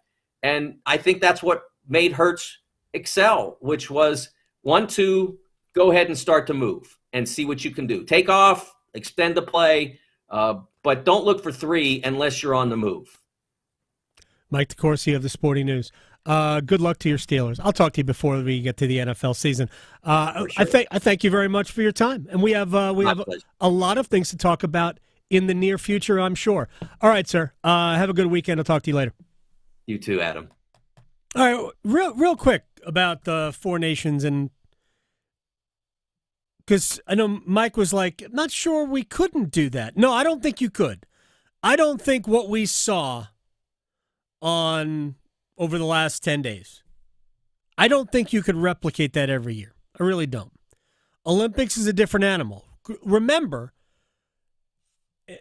the last time we had best on best was 2016. And again, that was sort of weird because it was a brand new event. We hadn't even played again, right? The World Cup.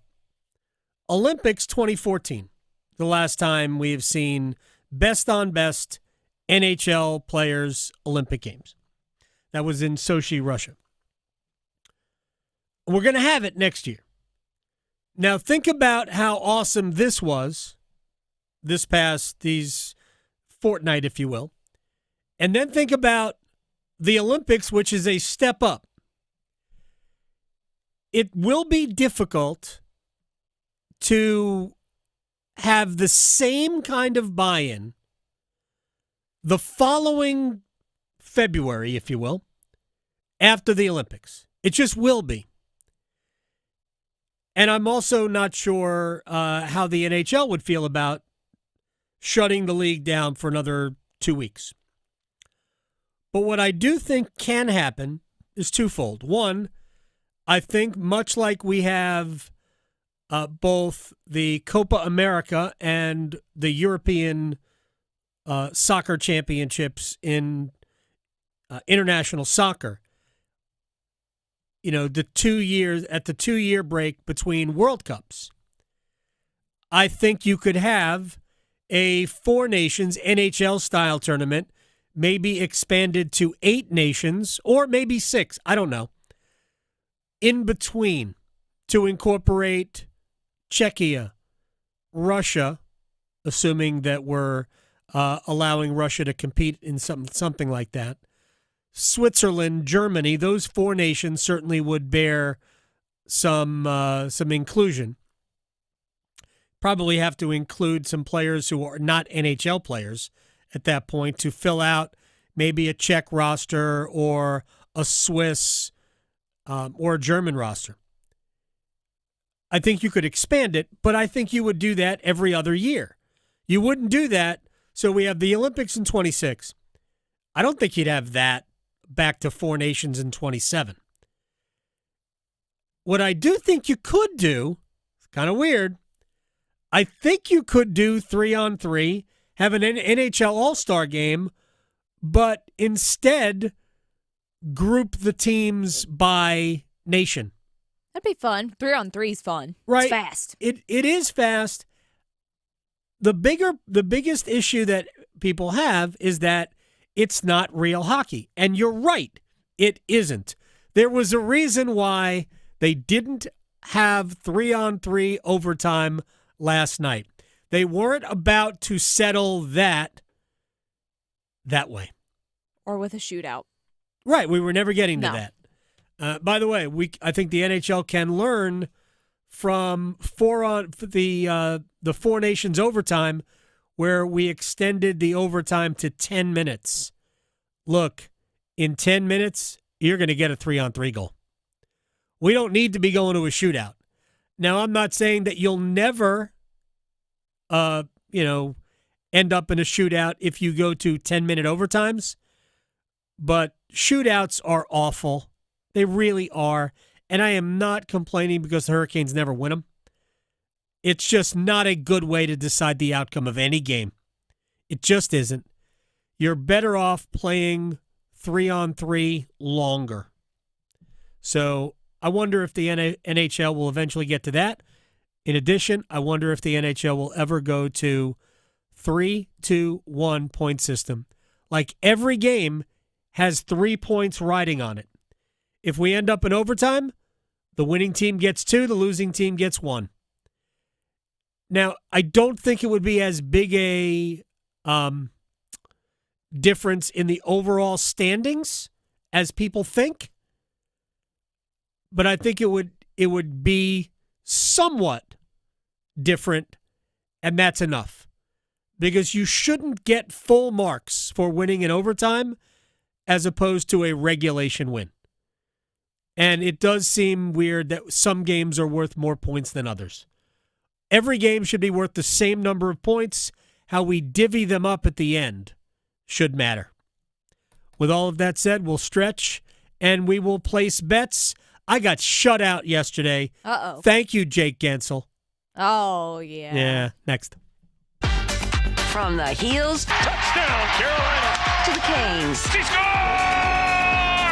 He covers it all. The Adam Gold Show on the North Carolina Sports Network. It's that time of year when we gear up to cheer on our favorite team. Don't let COVID-19 and the flu stop you. So make sure you don't have to cancel on the team you love the most by getting your flu and COVID vaccines. They are safe and effective. Both flu and COVID vaccines have been updated to fight against new virus strains spreading this fall and winter. So make sure you don't miss the big game and you protect those around you. Ask your healthcare provider about updated flu and COVID-19 shots. Visit myspot.nc.gov and find yours today. As fall championships begin, the Governor's Highway Safety Program would like to remind you to buckle your seatbelt when traveling home from today's events. Whether you're driving out of town or across town this holiday season, wearing a seatbelt is your best defense against injury or death in a crash. During the busiest time of travel, prioritize your safety and buckle up. Every seat, every time. And remember, click it or ticket. It's the law. This message brought to you by the North Carolina High School Athletic Association and the Governor's Highway Safety Program. The North Carolina Department of Health and Human Services is looking for people age 21 or older to volunteer in long-term care facilities. Community Advisory Committee volunteers help residents and their families advocate for the needs of individuals living in long-term care facilities, such as nursing homes, assisted living facilities, and family care homes. Volunteers must complete orientation and training to become designated and certified representatives of the Long-Term Care Ombudsman Program. Visit ncdhhs.gov/aging to find your county's ombudsman. Going to college gives you more career options. You could say it pays for itself, but it might not feel that way in the short term, especially when tuitions do. That's where the FAFSA comes in. The FAFSA is the free application for federal student aid. It's your gateway to money for college. Whether you're seeking scholarships, grants, work-study programs, or loans, it all starts with the FAFSA. So how about it? Make a plan for college and find everything you need for the FAFSA at cfnc.org. Electricity. It's what powers our lives, from the ordinary to the extraordinary. In North Carolina, 26 local electric cooperatives provide energy to 2.8 million people across the state. But we're providing so much more than affordable, reliable power. We're helping to strengthen the people and communities that make our state great, today and for generations to come. North Carolina's electric cooperatives. Power you can count on, now and always. Learn more at ncelectriccooperatives.com. AARP is working hard to make sure people in North Carolina are getting the most out of life. Whether it's helping you stay healthy, save more money, care for loved ones, or simply have some fun, AARP is making a difference in communities across the state. You have a wise friend and fierce defender with AARP. Learn more about progress being made for older adults in the state by listening to AARP Without Limits. You can find the latest episodes of AARP Without Limits wherever you listen to your podcasts. Did you know that since you have public power, your electricity is operated and controlled by people in your community, not by a for-profit investor-owned company? These local folks are directly accountable to you. They don't answer to shareholders. They make decisions for the good of your community. What's more, your public power provider invests in your community, providing jobs and supporting your local economy. Local people working together to meet local needs. That's public power. Learn more at electricities.com. Have you ever noticed how little things can make a big difference? Letting someone with an item or two check out in front of you, especially when you have a cart full. By the way, it doesn't take any time to smile at a grumpy checkout clerk. Maybe they've been working a long shift. It takes so little time, but it works wonders. In North Carolina, we have always taken pride in being kind to everybody. Little things do make a difference. Makes you feel better. Makes everyone around you feel better. Gold. Gold. Some of the best trades ever made are the ones you don't make. Again, I'm sure that there are tons of stories like that. Kind of like a relationship. Sometimes the best ones are the ones that you didn't go out with. Like that person that you tried to, and then you see them 10 years later, and you're like, ooh, dodged a bullet. So you sound like you've been there. Maybe. Yeah. Yeah. The Adam Gold Show.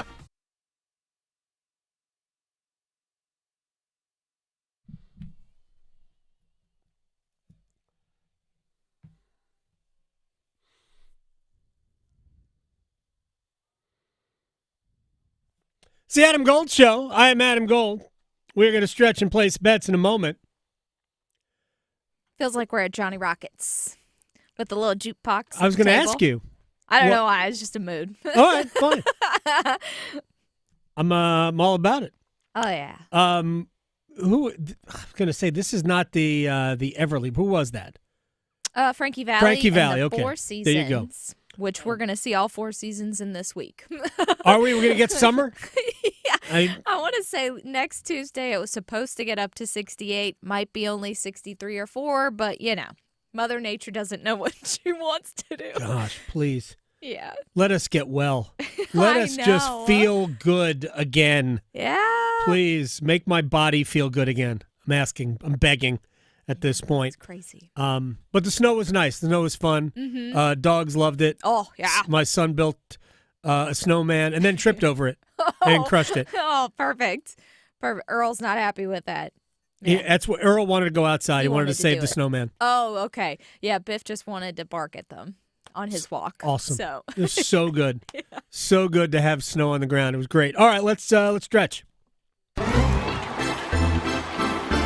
One thing that is not awesome for Stanley Black & Decker, remember there's a company like the Black & Decker versus just the Stanley Cups? Well, they've been overshadowed. They are now suing the Stanley Cup company because of them being garbage. Now, what they're saying is, yes. So Stanley Black & Decker, the appliance company, agreed over a year ago for Stanley Tumblers, the company, to use their name.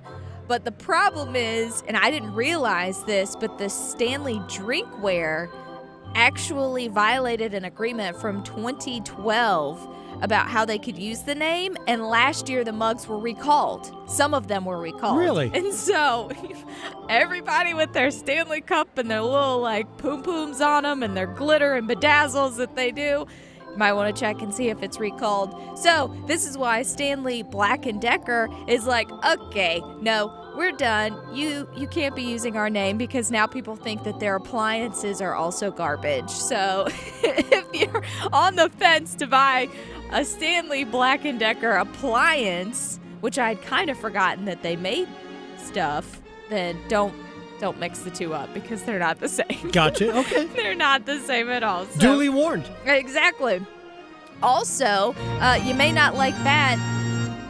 Instagram is making a dislike button. Now, this is only temporary, but like Twitter, I think they haven't done this, but you can't see whether people like your posts now. So Instagram is testing out a dislike button that they're saying it's going to be a private, quote, downvote that will signal you, but it's not going to be public for other people, kind of like on YouTube where you can, like, thumbs down something and it won't show.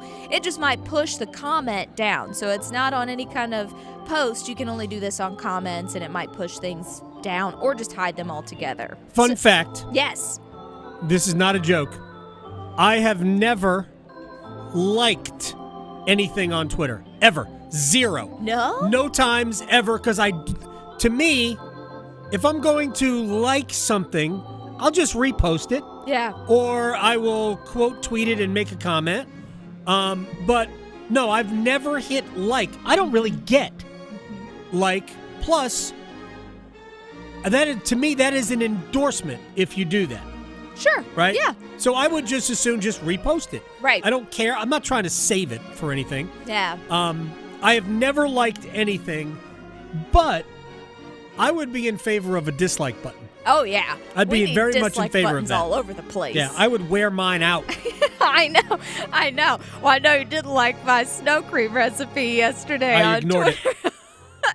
Which I did make Completely another batch. ignored it. Yes, totally Yeah, made another not batch. interested. So executives say that this is just a test. So if you see it, it may not last, but, Gotcha. who knows? However, our bets might not be a test. It might be a test. Place your bets. Place your bets. Here we are. I bet you slice into the woods $100. Gambling is illegal at Bushwood, sir, and I never slide. Okay, you can owe me. I owe you nothing. I am fired up for today's edition of Place Your Bets. I did have the United States winning in overtime yesterday at plus about 700. Yeah. It's okay. I also had various anytime goal scorers named Jake Gensel. Uh-huh. Come on, Jake! Score every time except that one. Anyway, I know. Let's move on. I get it. I understand. Well, it's going to be a fight night weekend for UFC, so we've got that going. I'm just going to start from the top, and the main event is between Henry Cejudo, a veteran of the sport, and Song Yadong. I actually think Song is going to win this one. Both of these little mighty mouses are really tough, so I think they're going to take it to the distance. Give me Song Yadong by the points. That's plus 130. All right, at America's #1 sportsbook, FanDuel, you can wager on North Carolina to make the NCAA tournament plus 195 right now. UNC to get in the field. I like it. Yeah, why not? Next up is Brendan Allen versus Anthony Hernandez. Brendan Allen, he's coming off of a bad loss a while back. I think he's going to bring his fuzzy hat out, and he's going to win. He's an underdog, so just give me him to win outright, plus 245. All right, at Madison Square Garden this weekend, Duke will take on Illinois. Should be fun. Illinois, very good rebounding team. I actually think that we're going to see a little bit of a defensive struggle between the Blue Devils and the Illini. Give me Illinois plus 10.5 and under 152.5. That's plus 255. Nice. And last but not least, I'm going to go between Alonzo Manifield and Julius Walker. Julius is undefeated. Alonzo, he's been doing it for a while. I don't think he's going to win. Give me Walker plus 200. All right. I hope I'm not wrong about this. I don't think I am. MLS starts. I think MLS has already started. But Charlotte FC at the Seattle Sounders. Not only will Charlotte FC win this match at plus 360, but Wilfried Zaha, who will be one of the best players in MLS, will score at plus 250. I'm excited. Talking sports, dropping truth. The Adam Gold Show on the North Carolina Sports Network. Listen every afternoon for The Drive with Tim Donnelly. If Super Bowl 59 shows us anything, it shows that defense wins championships. That tried and true saying, defense wins championships. And if you're the Carolina Panthers, this is something you have to devote this offseason to fixing. Draft picks, free agency. You have to strengthen up that side of the football. You have to be great on defense in order to win. The Drive with Tim Donnelly, 3 to 6 on 99.9 The Fan. Bonuses used to be everywhere.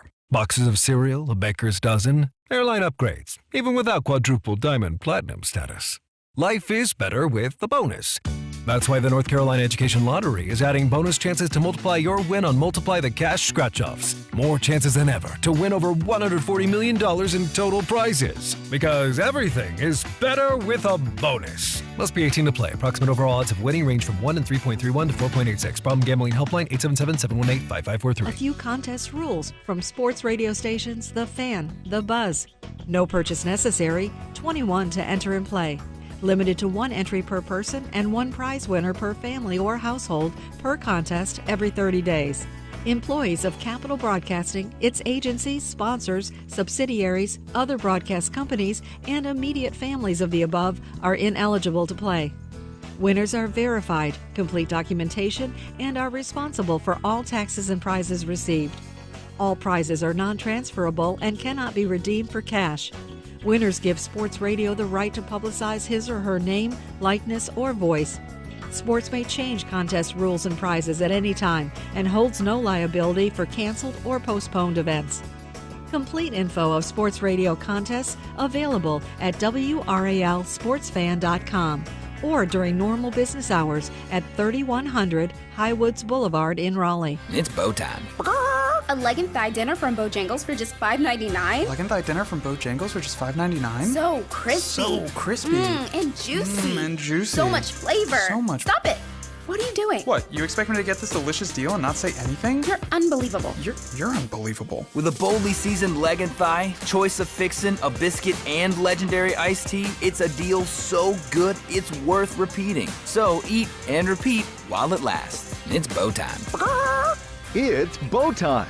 Dine in, drive through, or tap your favorite delivery app and have Bojangles come to you. Satisfy your craving for flavor right now with Bojangles 2-piece dinner. 2 pieces of Bojangles dark meat chicken, your choice of fixin', a biscuit, and iced tea for just $5.99. That's right, just $5.99 for limited time at participating Bojangles. What are you waiting for? When you're hungry, it's always bow time. At the V Foundation, V is for victory over cancer. V is for victory over giving up. Don't give up. Don't ever give up. Join our team in the fight against cancer at V.org. O'Reilly! Check engine light on? Take the guesswork out of your check engine light with O'Reilly Veriscan. It's free and provides a report with solutions based on over 650 million vehicle scans verified by ASE certified master technicians. And if you need help, we can recommend a shop for you. Ask for O'Reilly Veriscan today. O'Reilly Auto Parts. This hour of the Triangle Sports Leader is powered by Ritchie Law Firm, injury lawyers. Ritchie Law is on top of it. Go to ritchielaw.com. That's ritchielaw.com. WCMC HD1 Holly Springs. Take us with you on the radio, Instagram, TikTok, Alexa, and YouTube. 99.9 The Fan, the Triangle Sports Leader. I think Bruce Pearl gets the Coach of the Year, and I think Cooper Fly gets the Player of the Year. But I could have that exactly backwards because, Shire has done. When you follow a legend, the side of the road is littered with guys that followed coaching legends and got bounced after like a year or two because it's just very hard. It's very, very hard. And he not only hasn't missed a beat, he's actually improved it. This is probably the best Duke team they've had for 10 years, which includes some pretty good teams that Kay had at the end of his run.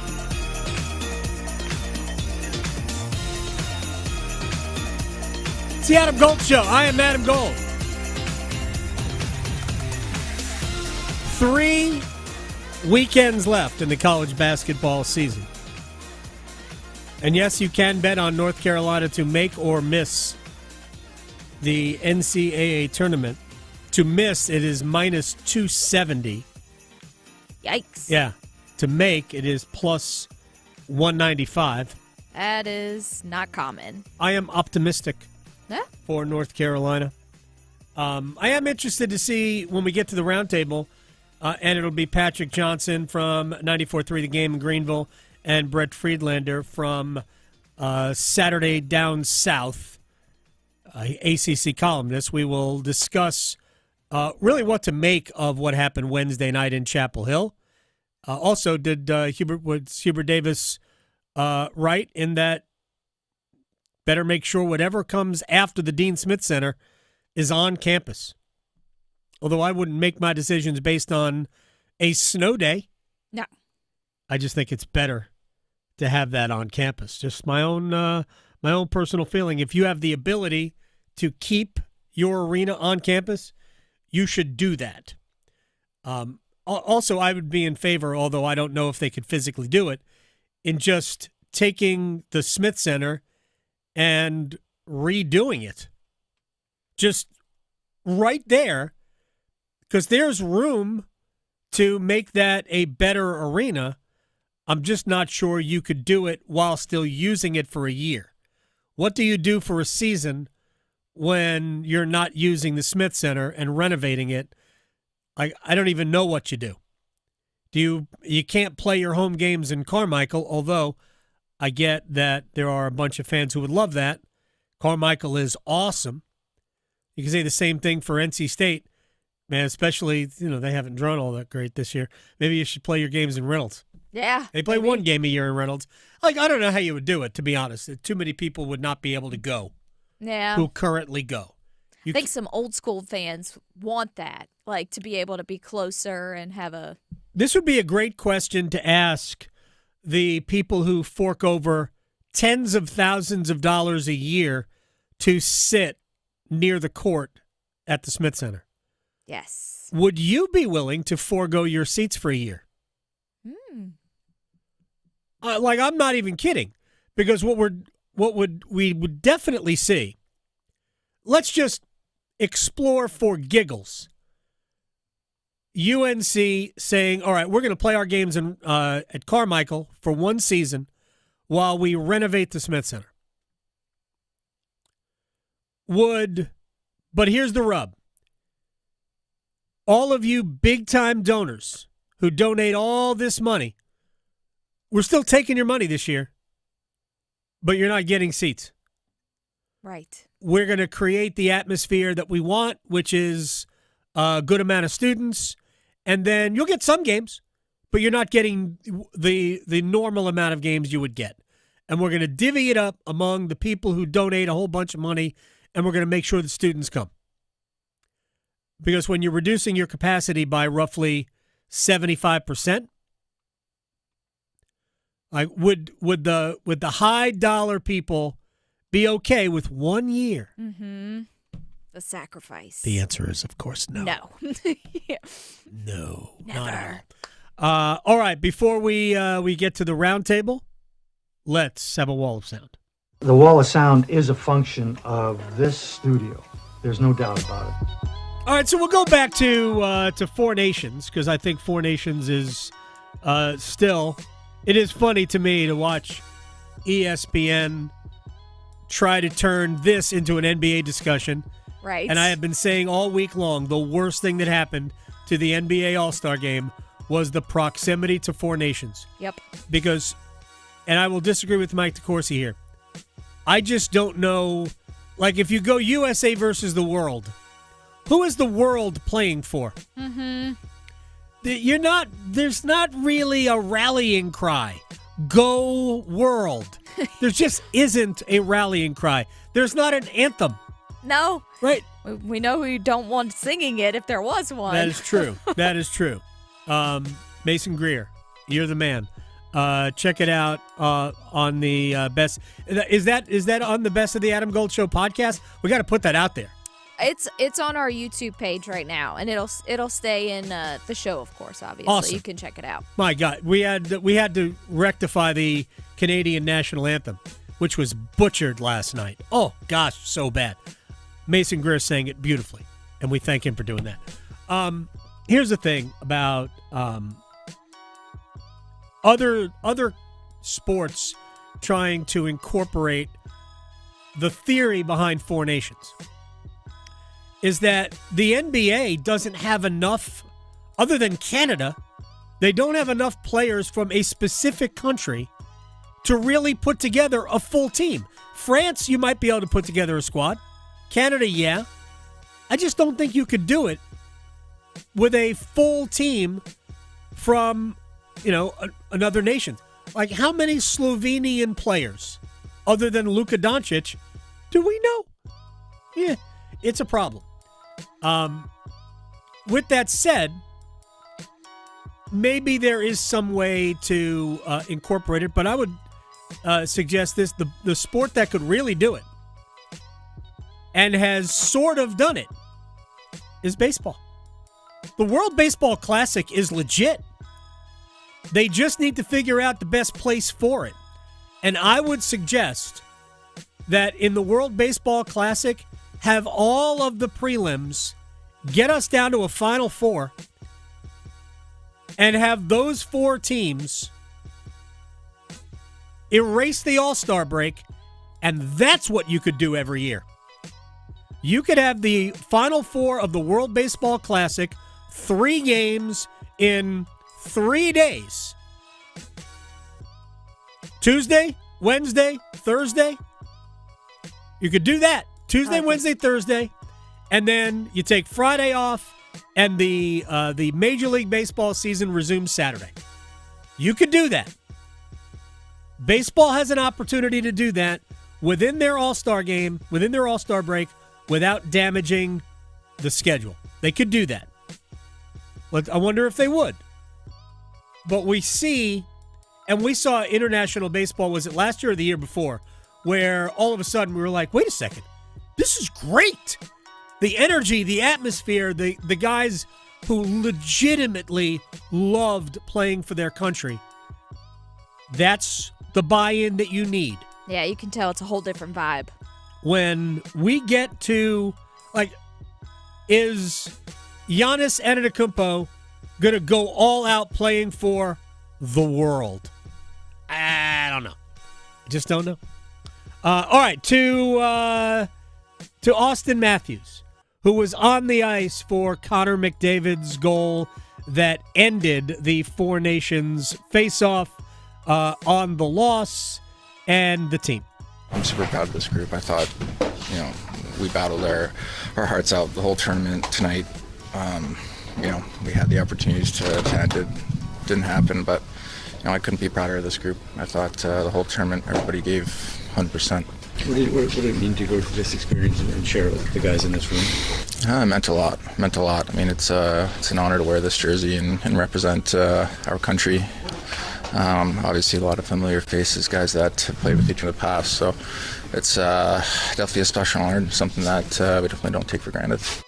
All right, so I want to go to Seth Jarvis here, and this will be the last thing we do here on the Wall of Sound, because we kind of speculated that had Jarvis and Slaven been on the same flight from Boston to Toronto, which they are not. Slaven came home this morning and flew with the team.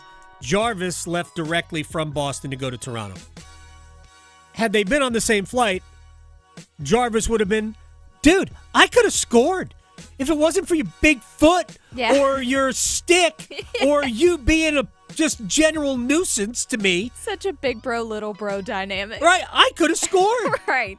So, you remember earlier this year, Seth Jarvis was out. He missed, I think, 7 games with an upper body injury. During that period, the Hurricanes social media team spent some time with Seth at home watching the team play. And don't you know, he talked about the potential of playing against Jacob Slaven. I would absolutely lose my mind playing against Slavo. It would be so bad because he's not even going to chirp you after. He's just going to kind of look at you and smile, and it makes it worse. Killing him with kindness. I wonder if after delivering 2 checks to Jarvis, by the way, and negating at least 2 scoring chances from Seth, one in this game, one in the other game the last Saturday night. I wonder if Slaven even said anything to Seth. Yeah. Did he even say anything? Right. Did he just go, "Hey, what's up, buddy?" Yeah. How you doing there? So I'd be curious how Seth Jarvis processed it. All right. When we come back, the Roundtable, Patrick Johnson, 94.3 The Game in Greenville. Brett Friedlander, ACC columnist, Saturday Down South on hoops, Four Nations, and more. Next. Talking sports, dropping truth. The Adam Gold Show on the North Carolina Sports Network. Listen for the Did He Just Do That? Johnson trying to step back for a three. Bring it up. Left side. Boy, that was cold-blooded. The deep looks from downtown. Damas from the right block. Gives to Hawkins. Straight on. Triple. Good. They left him open, and he makes him pay. The Get That Out of Here's. Bonner to the basket. Rejected by Renew, who saw that one coming. Your exclusive home for the Final Four. 99.9 The Fan, the Triangle Sports Leader. Hey, it's Adam Gold from our friends at FanDuel, America's #1 sports book in college basketball. We are officially in the home stretch right now. Just 2.5 weeks of regular season action before we get to the conference tournament and then the big dance. New customers, $150 in bonus bets when you hit your first $5 wager. That's right. Win one for $5, get $150 of their money. FanDuel.com/Adam Gold.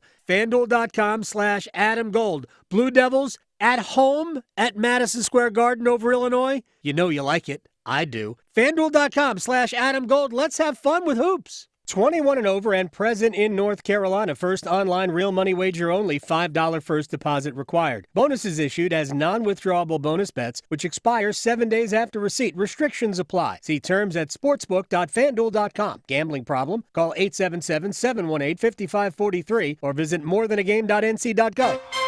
See if you're a winner every night. Watch live lottery drawings on WRAL-TV's 11 o'clock news. That's right, Carolina Pick 3, Carolina Pick 4, and Carolina Cash 5 numbers every night on WRAL-TV's 11 o'clock news. See if you're a winner before you go off to bed. Get your lottery numbers live every night.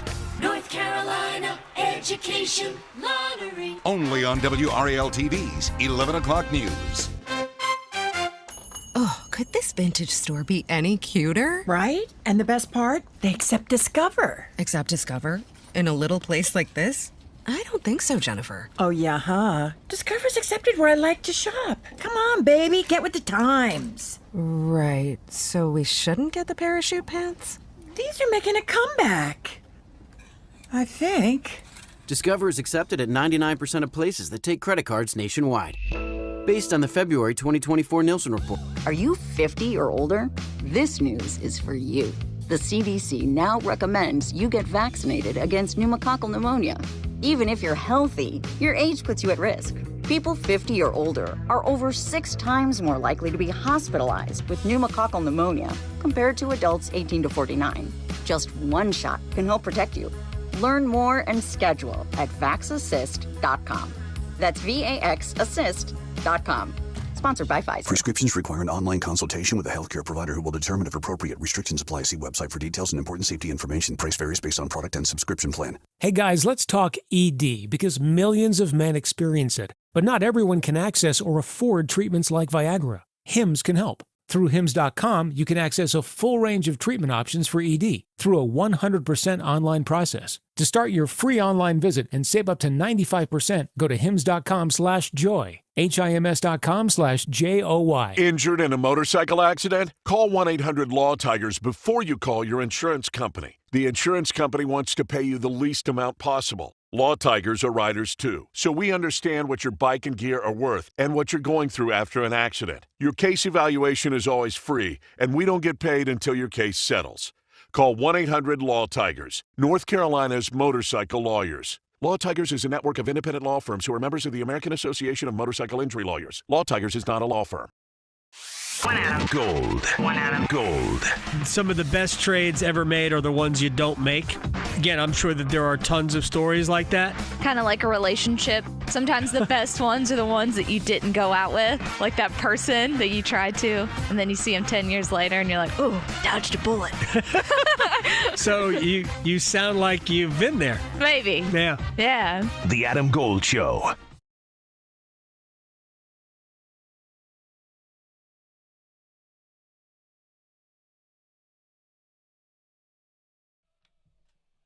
It's the Adam Gold Show. I am Adam Gold. Victoria on the ones and twos.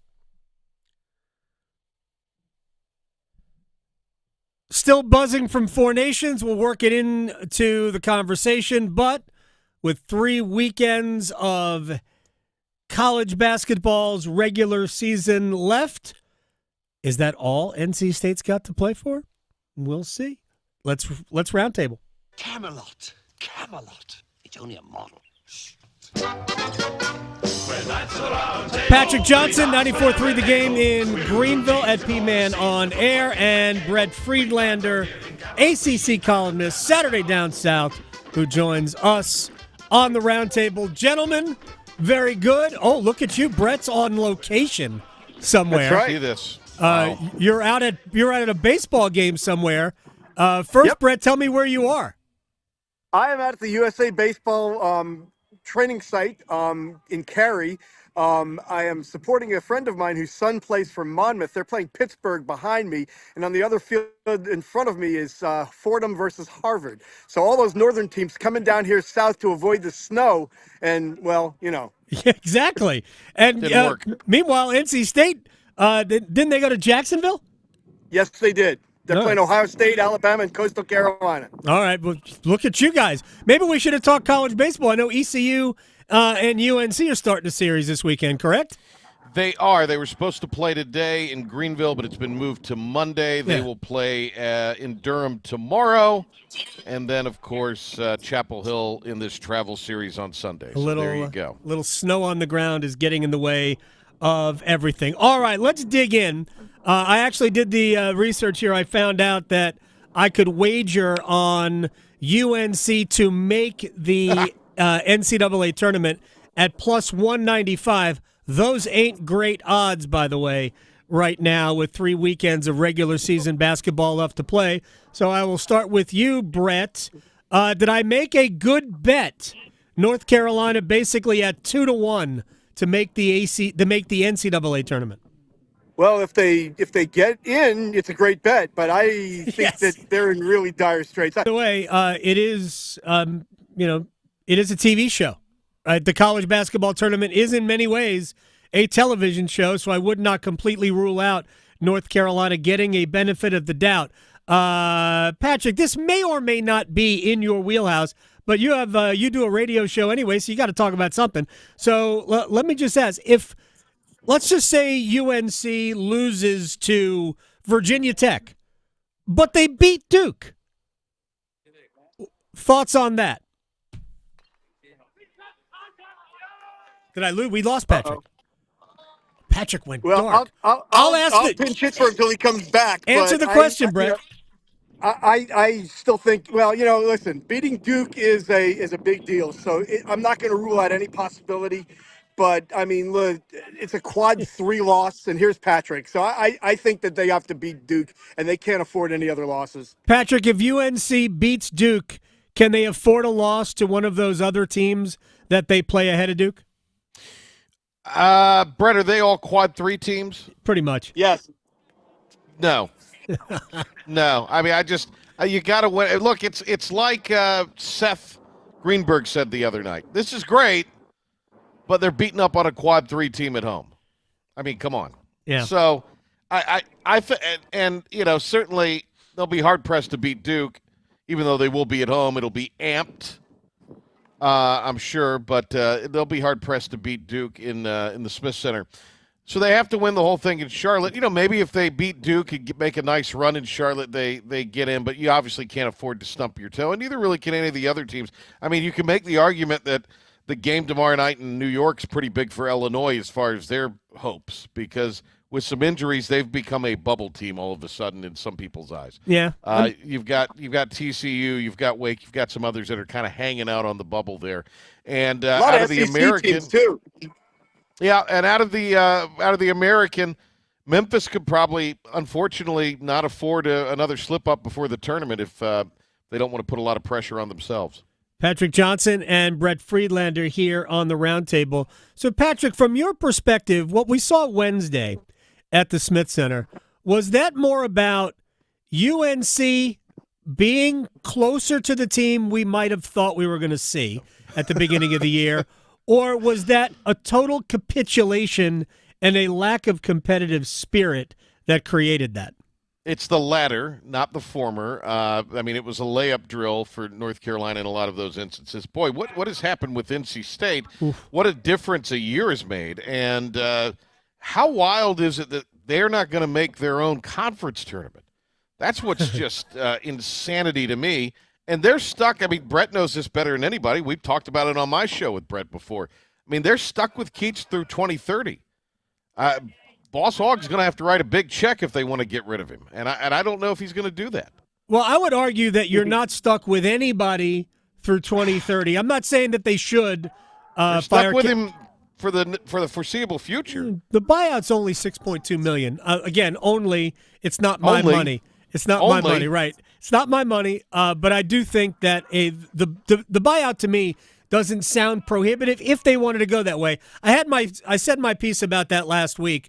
I think the university needs to do one of two things. They either need to really invest in the men's basketball program, or they need to invest in a new coach. It's got to be one or the other. So, Brett, let me or both, maybe both. But let me throw this at you, because what would it mean to State to miss the ACC tournament? You could argue that the NC State University is the foundation for the Atlantic Coast Conference. Yeah. And for that school to miss out on it entirely, what would that say? Well, the first 2 decades of the tournament were played at Reynolds. Yeah. Crying out loud. It would be disastrous. It would be horrible. But here's the thing. I don't know that, even though the buyout is not prohibitive for Keats, I think what is the fact that the next coach is going to cost more, and all that money is money that's going to get diverted away from football, which right now is 100% the driver of the bus financially. Sure. And I just don't know that they're ready to make that commitment for at least another couple of years. But yeah, it would be absolute disaster. And, listen, Keats has not done a great job here, okay? And I'm not going to absolve him completely. But, I mean, he whiffed on the transfer portal. I mean, he's not the first coach that's happened to. I mean, he doesn't have DJ Burns. He doesn't have DJ Horn. Mike James got hurt and he didn't play. So there are some extenuating circumstances. But all that being said, if you're NC State and you're coming off just the momentum from last year with, 9 wins in football, with Final Four and ACC championship in basketball, the College World Series in baseball, you've dropped the ball here. You've wasted an opportunity. And that's going to be hard to rebuild all that momentum. He blamed NIL to an extent. I'm not using it as an excuse, as he was using it as an excuse for why it hasn't gone well. But that speaks to a lack of investment. So, Patrick, because here's the way I look at it, and I'm not saying they shouldn't invest in football, but I'm not sure they're getting the return on investment in football either, based on the amount of investment in football. And because every year we have the same pattern. Right. We have this early season, preseason, I'm not going to say hype, I will say hope that, all right, this is the year. Everything looks great. Schedule looks good. Non-conference schedule looks good, looks doable. And then we get to the season, and boy, were we let down. At some point, maybe you have to reassess where your funds are being allocated, no? I think at some point, if you're North Carolina State, because you're a lot closer to what their fans would think is athletic purgatory than they are the SEC or the Big Ten. So I think you've got to really assess the whole thing. You're going to get a new chancellor soon. Does that chancellor become an engaged participant in the success of your athletic department, or is it going to be hands-off like Randy Woodson kind of has and just show up at the celebratory events and slap some backs and have the cheesy grin on your face? Right.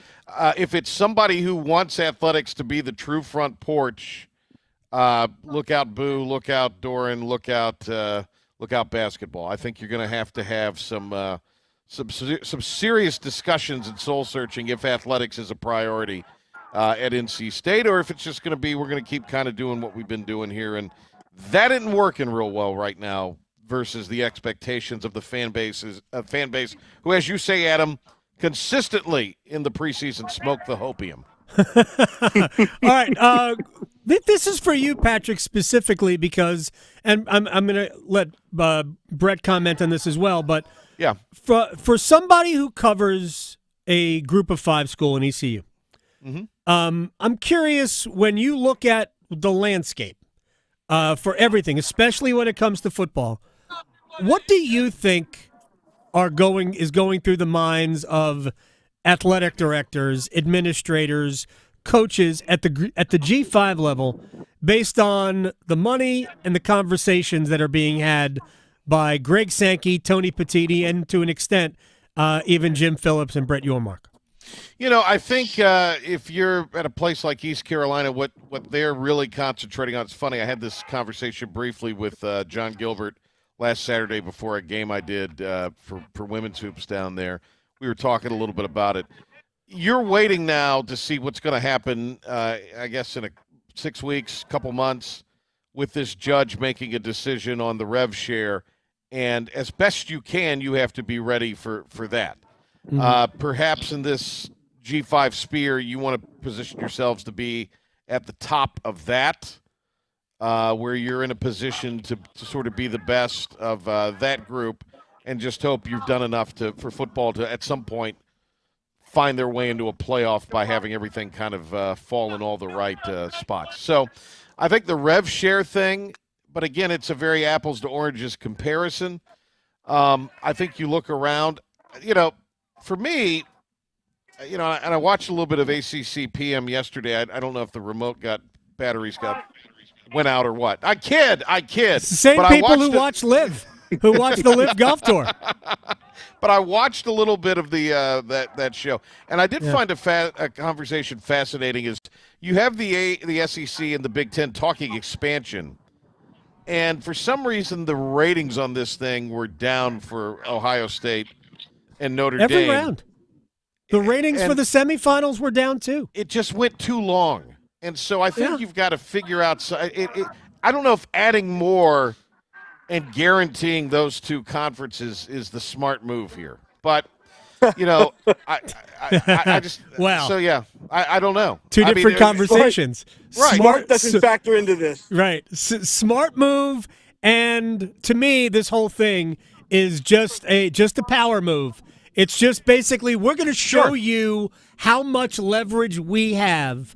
Brett, real quick on that, on the as Chip Patterson said to us on Wednesday, 4-4-2-2-1 model. Your thoughts on that? Listen, if you deserve to be in the playoff, then you'll get in the playoff. It becomes an invitational when you do that. It's silly. Listen, there's nothing wrong with what we have now. I mean, we had arguably the best team won. A G5 team got a bye. The SEC got 3. The Big Ten got the teams that deserved to get in got in, and I don't know why we have to tweak it again. Well, because the SEC only got 3.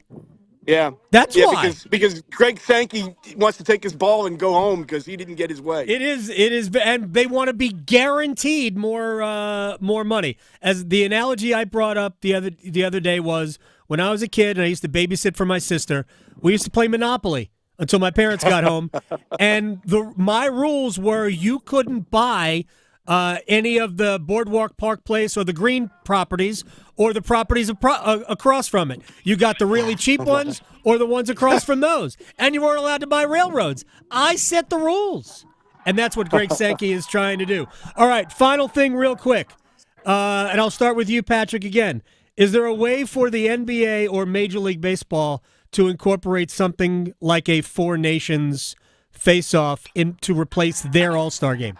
I liked your idea of incorporating the World Baseball Classic in and around the All-Star break. I think that's a brilliant idea. That event captures the spirit of the Four Nations, which was just absolutely fantastic.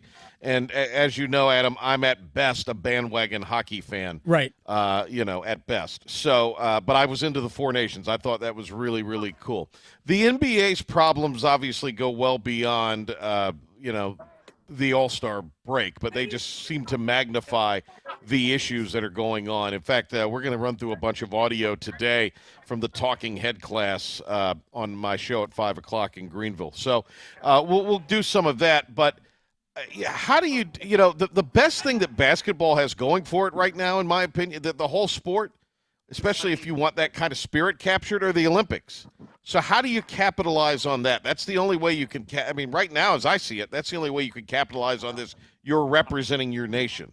There's no other way. Yeah, and there's only like three nations that have enough basketball players at that level to really be a factor: the United States, Canada, and France. Brett, can 4 nations, be dragged across the sport? No, but I've got an idea for basketball. Let's hear it. Have a Ryder Cup situation where you have U.S. against the world. Have a best-of-3 series and let them go at it the way they did in hockey. I'm not a big Gary Bettman fan, but man, oh man, did he win this weekend, because the NBA's All-Star extravaganza was just a farce. And when you go up against the 4 nations and 2 teams, 2 countries fighting, 9 seconds into the game, booing national anthems. They won a lot of fans. My son, works for the Hurricanes, and they got the week off, and he and his girlfriend went down to the Bahamas this week, and they were at a tiki bar in the Bahamas, and everybody stopped to watch that, including the bartenders. So, no, seriously, hockey got a bunch of new fans this week because of the 4 nations. And I think the NBA should take a good hard look at that and find something to, because that All-Star game is just worthless. Yeah, I'm not sure, Giannis playing for the world, I'm not sure how much that resonates. I think the biggest winner were NHL players this week, because it showed how much they care about the game. And I would say this as we say goodbye to Brett Friedlander, Saturday Down South ACC columnist at B Fried ACC, and Patrick Johnson, 94.3 The Game at P-Man on air. No comment from either of you necessary. Gary Bettman will go down in history as one of, if not the greatest modern commissioner of his sport. Promise. Hockey definitely fans, better than Rob Manfred. Absolutely. Yes. A cardboard cutout of a French poodle is better than Rob Manfred as the commissioner of baseball. Who hates his sport, hates it. According to Adam Gold. Hates Who it. hates his own sport. Hates it. Thank you very much, gentlemen. It was fun. I'll talk to you guys soon. Have a good weekend, guys. That was very good. All right. I'm not even joking about that. I know hockey fans want to hate Bettman because there were 2 work stoppages. Go back to where hockey was prior to Bettman being the commissioner and look at where hockey is. There is no sport that has made these dramatic increases, not only in popularity, but in who's watching. Look at which sport grabs the youngest demographic. It's the NHL. Of the major sports, and this is no disrespect meant to Major League Soccer, the NWSL, anything like that, right?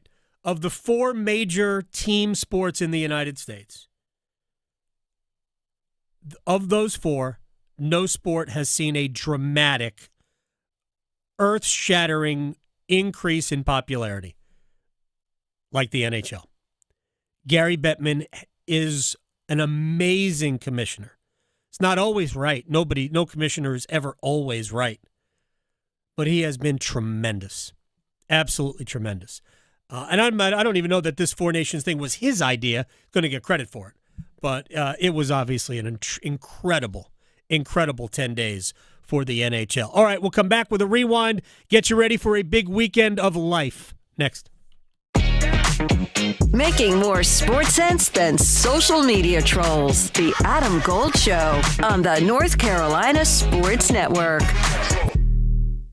Hey, it's Adam Gold from my friends at FanDuel, America's #1 sports book. When the game tips off, the NBA action is just beginning on FanDuel. Again, America's #1 sports book, because FanDuel's your home for live NBA betting. So even if you miss the start of the game, you're not out of luck. However you want to play, now is the perfect time to join. New customers get started with $150 in bonus bets if your first $5 bet wins. Just visit FanDuel.com FanDuel.com/AGS. FanDuel.com/AGS for your shot at $150 in bonus bets. FanDuel, make every moment more. 21 and over and present in North Carolina. First online real money wager only. $5 first deposit required. Bonuses issued as non-withdrawable bonus bets, which expire 7 days after receipt. Restrictions apply. See terms at sportsbook.fanduel.com. Gambling problem? Call 877-718-5543 or visit morethanagame.nc.gov. The North Carolina Department of Health and Human Services is looking for people age 21 or older to volunteer in long-term care facilities. Community Advisory Committee volunteers help residents and their families advocate for the needs of individuals living in long-term care facilities, such as nursing homes, assisted living facilities, and family care homes. Volunteers must complete orientation and training to become designated and certified representatives of the Long-Term Care Ombudsman Program. Visit ncdhhs.gov/aging to find your county's ombudsman. Going to college gives you more career options.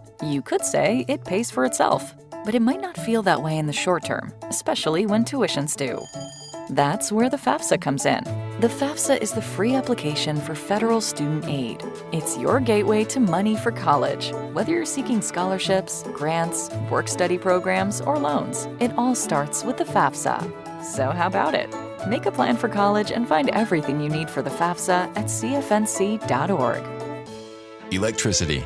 It's what powers our lives, from the ordinary to the extraordinary. In North Carolina, 26 local electric cooperatives provide energy to 2.8 million people across the state. But we're providing so much more than affordable, reliable power. We're helping to strengthen the people and communities that make our state great, today and for generations to come. North Carolina's electric cooperatives. Power you can count on, now and always. Learn more at ncelectriccooperatives.com.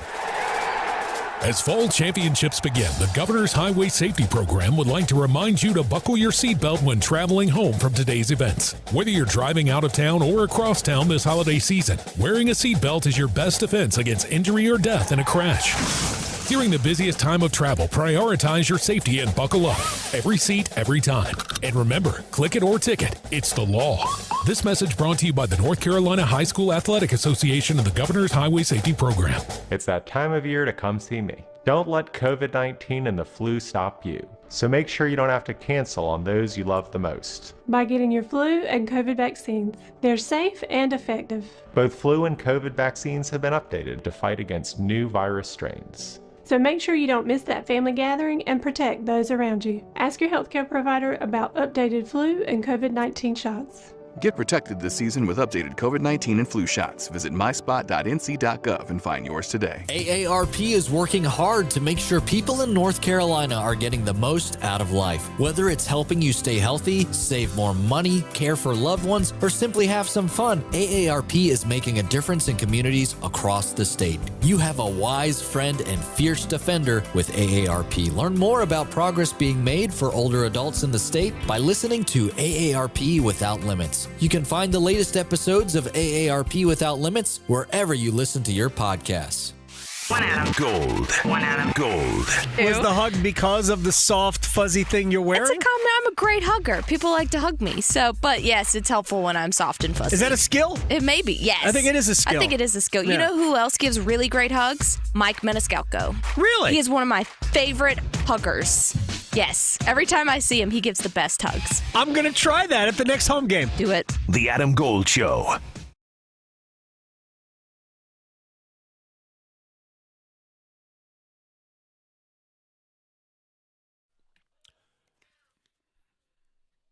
It's the Adam Gold Show. I'm Adam Gold. Victoria is on the ones and twos.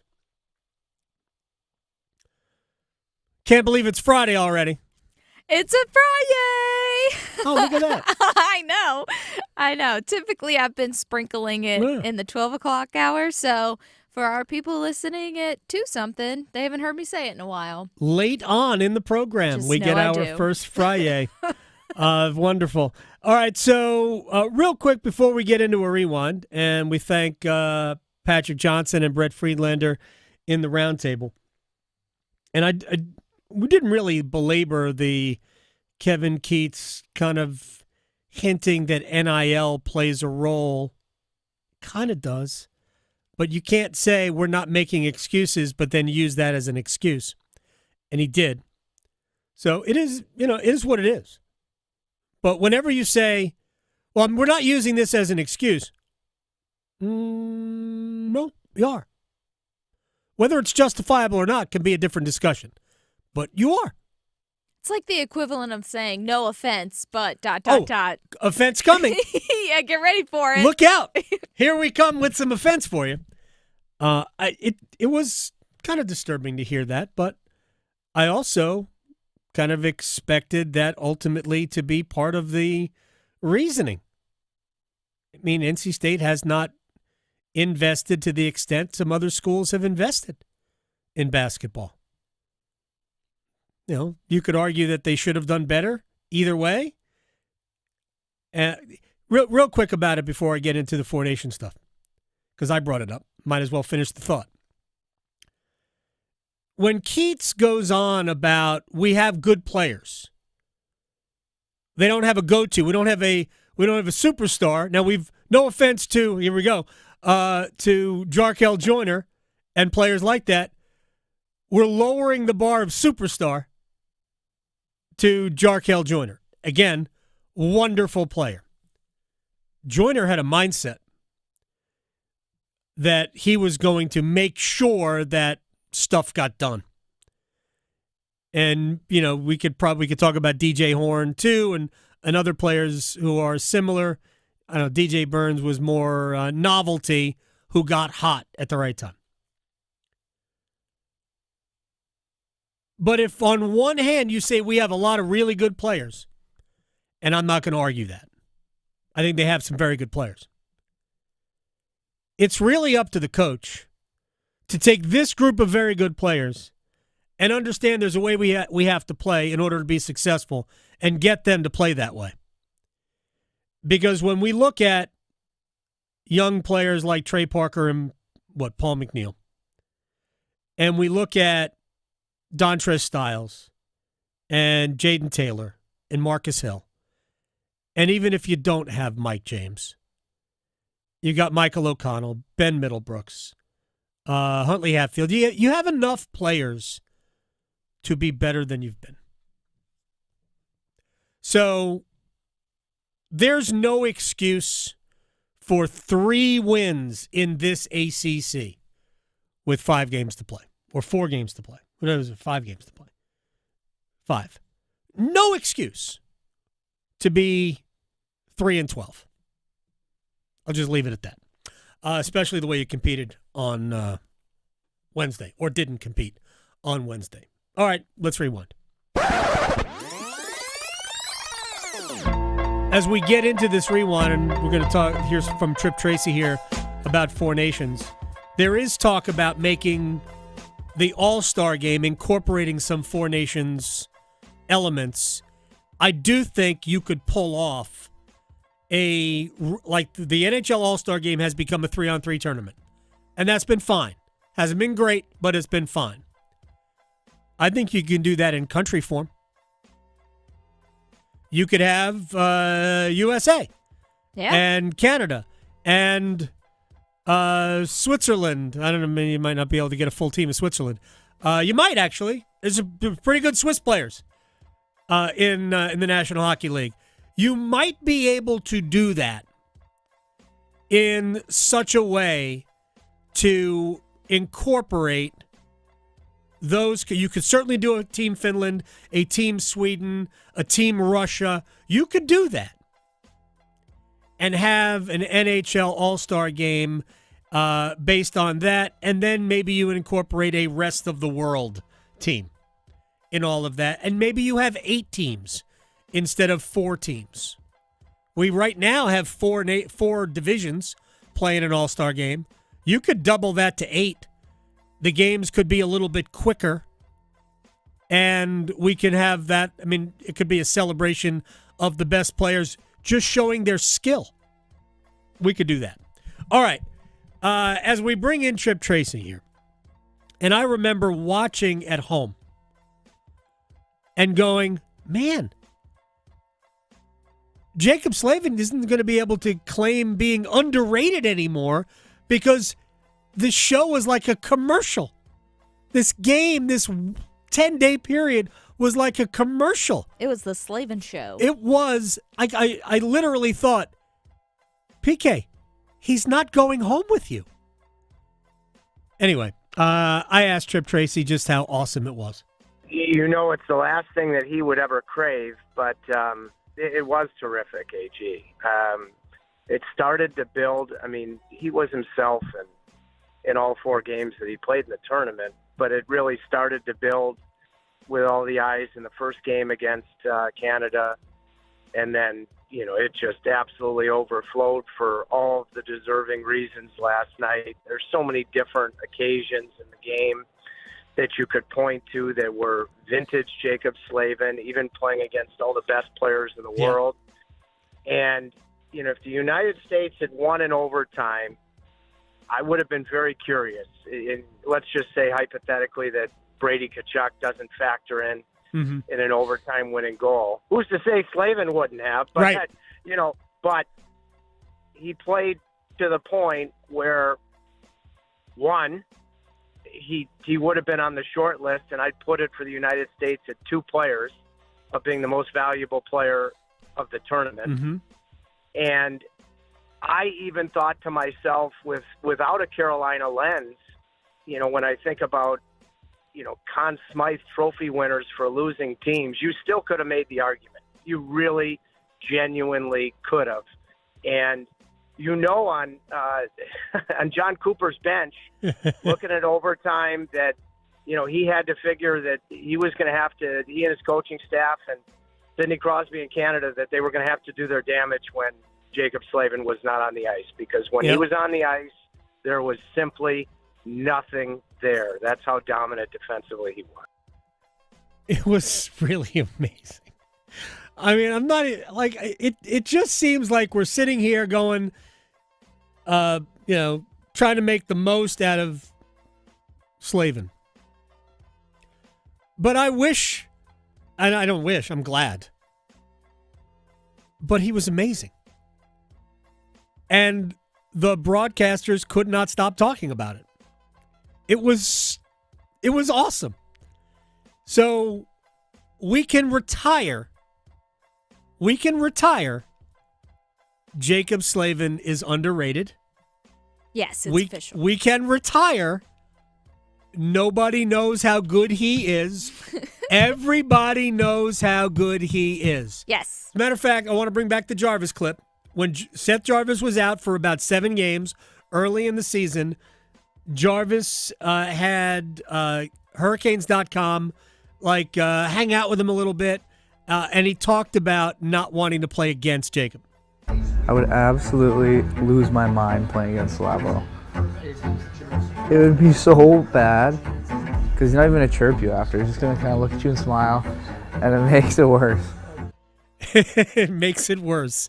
Like, I'm curious. I would like to ask Seth, after he blocked however many of your shots that he blocked, after he checked you, after he took the puck from you, did he just say, "Hey, Seth, how you doing?" Hey, buddy. Hi there. How's things? Unbelievable. Love It was just absolutely awesome. All right, one more thing, and this gets us back into Hurricanes hockey, which, by the way, Toronto tomorrow. It's an NHL Network game. I know. So if you don't have, I'm pretty sure. I don't know. I think it's on TNT potentially. No, it's an NHL Network game. Oh. So even if you don't have FanDuel Sports, you might not be able to watch it. Although there are some backdoor hacks you can probably get. But it's an NHL Network game. And they go from Toronto, couple of days off, Montreal, and then home. So it's Saturday, tomorrow, Toronto. 7:00. Tuesday, Montreal. And then Buffalo. Thursday here against Buffalo, Whalers night. Yeah. So get out your blue and green attire. But how do you get back into playing these games? For Jacob Slaven and Seth Jarvis, who just played in that game, for both players who have never played in a Stanley Cup final, it had that kind of a feel to it. How do you flip the switch? I thought Connor McDavid was very candid about the formidable challenge that's going to be for all of these players. I think for Jarvis, it's going to be a significant challenge considering that he was just part of a championship. Slaven, I just know his mental makeup, that he's going to live in the moment, and I think he's going to be A-OK. Should really benefit from the fact that even an NHL pace is not what we just enjoyed, a home run, a grand slam for the NHL over the break. So I think he's going to be all right. Most importantly, I know you've spoken to Rod with regularity. I mean, there was major fear factor with the heavy minutes, and both of us believing, I think candidly so, that he was the United States' most important player, that he got out of it injury-free. For both Mikko Rantanen and Sebastian Aho, really, if you look at it objectively, a very mediocre tournament. So you hope that even though, they were on the ice for the first time today after, wisely the coaching staff giving them the last couple of days off, they've got something to prove, both of those guys. Because, I did not think that either one of them had terrific tournaments. And you've got this short runway now where you've got to really start to figure out where things are at with Mikko Rantanen. And Sebastian Aho wants him to be here for a long, long time, more than anybody. So I would think that the motor there for those two players to be able to have good things happen, as a tandem, and for the Carolina Hurricanes right out of the break. There's no, there is not a long runway to have good things happen and have Sebastian feel good about his game and Mikko Rantanen feel really good about Carolina. And so I don't really worry about those two players because I think there should be, we'll see how it plays out, a lot of self-motivation. All right. There's a number of things to unpack there. We don't have a lot of time, obviously. I think it would be improper to really apply so much pressure to Sebastian Aho and Mikko Rantanen to where we've got 5 games to figure out if this is going to be a marriage that's going to work. I just think that is unbelievably difficult to force. I'm stunned that we are even engaging in these conversations. I think it is unfair to everybody involved, every single person, and that's not just Aho and Rantanen. It's everybody. It's unfair to the head coach. It's unfair to all the teammates. This can't be about, is Rantanen going to be, like, it can't be. For me, this was a move you made. It's for the rest of the season. If it doesn't work out, hey, we took a chance. I am frankly annoyed that we are dealing with this. Now, I do think that there are extenuating circumstances as to why Aho and Rantanen didn't play well. I would say they played as well as every other Finnish player. Sasha Barkov didn't play well. The guys who played well were the grinder-type players, I thought. The biggest problem for Finland is that they could not get the puck out of their own end other than desperately. That was the biggest problem for Finland. Anyway, we got to run. Again, hockey back on the radio tomorrow. So we've got Hurricanes, pregame, postgame, podcast, everything. I'm excited. Victoria, thank you. Bye. Questioning goalie interference calls since day one. The Adam Gold Show on the North Carolina Sports Network.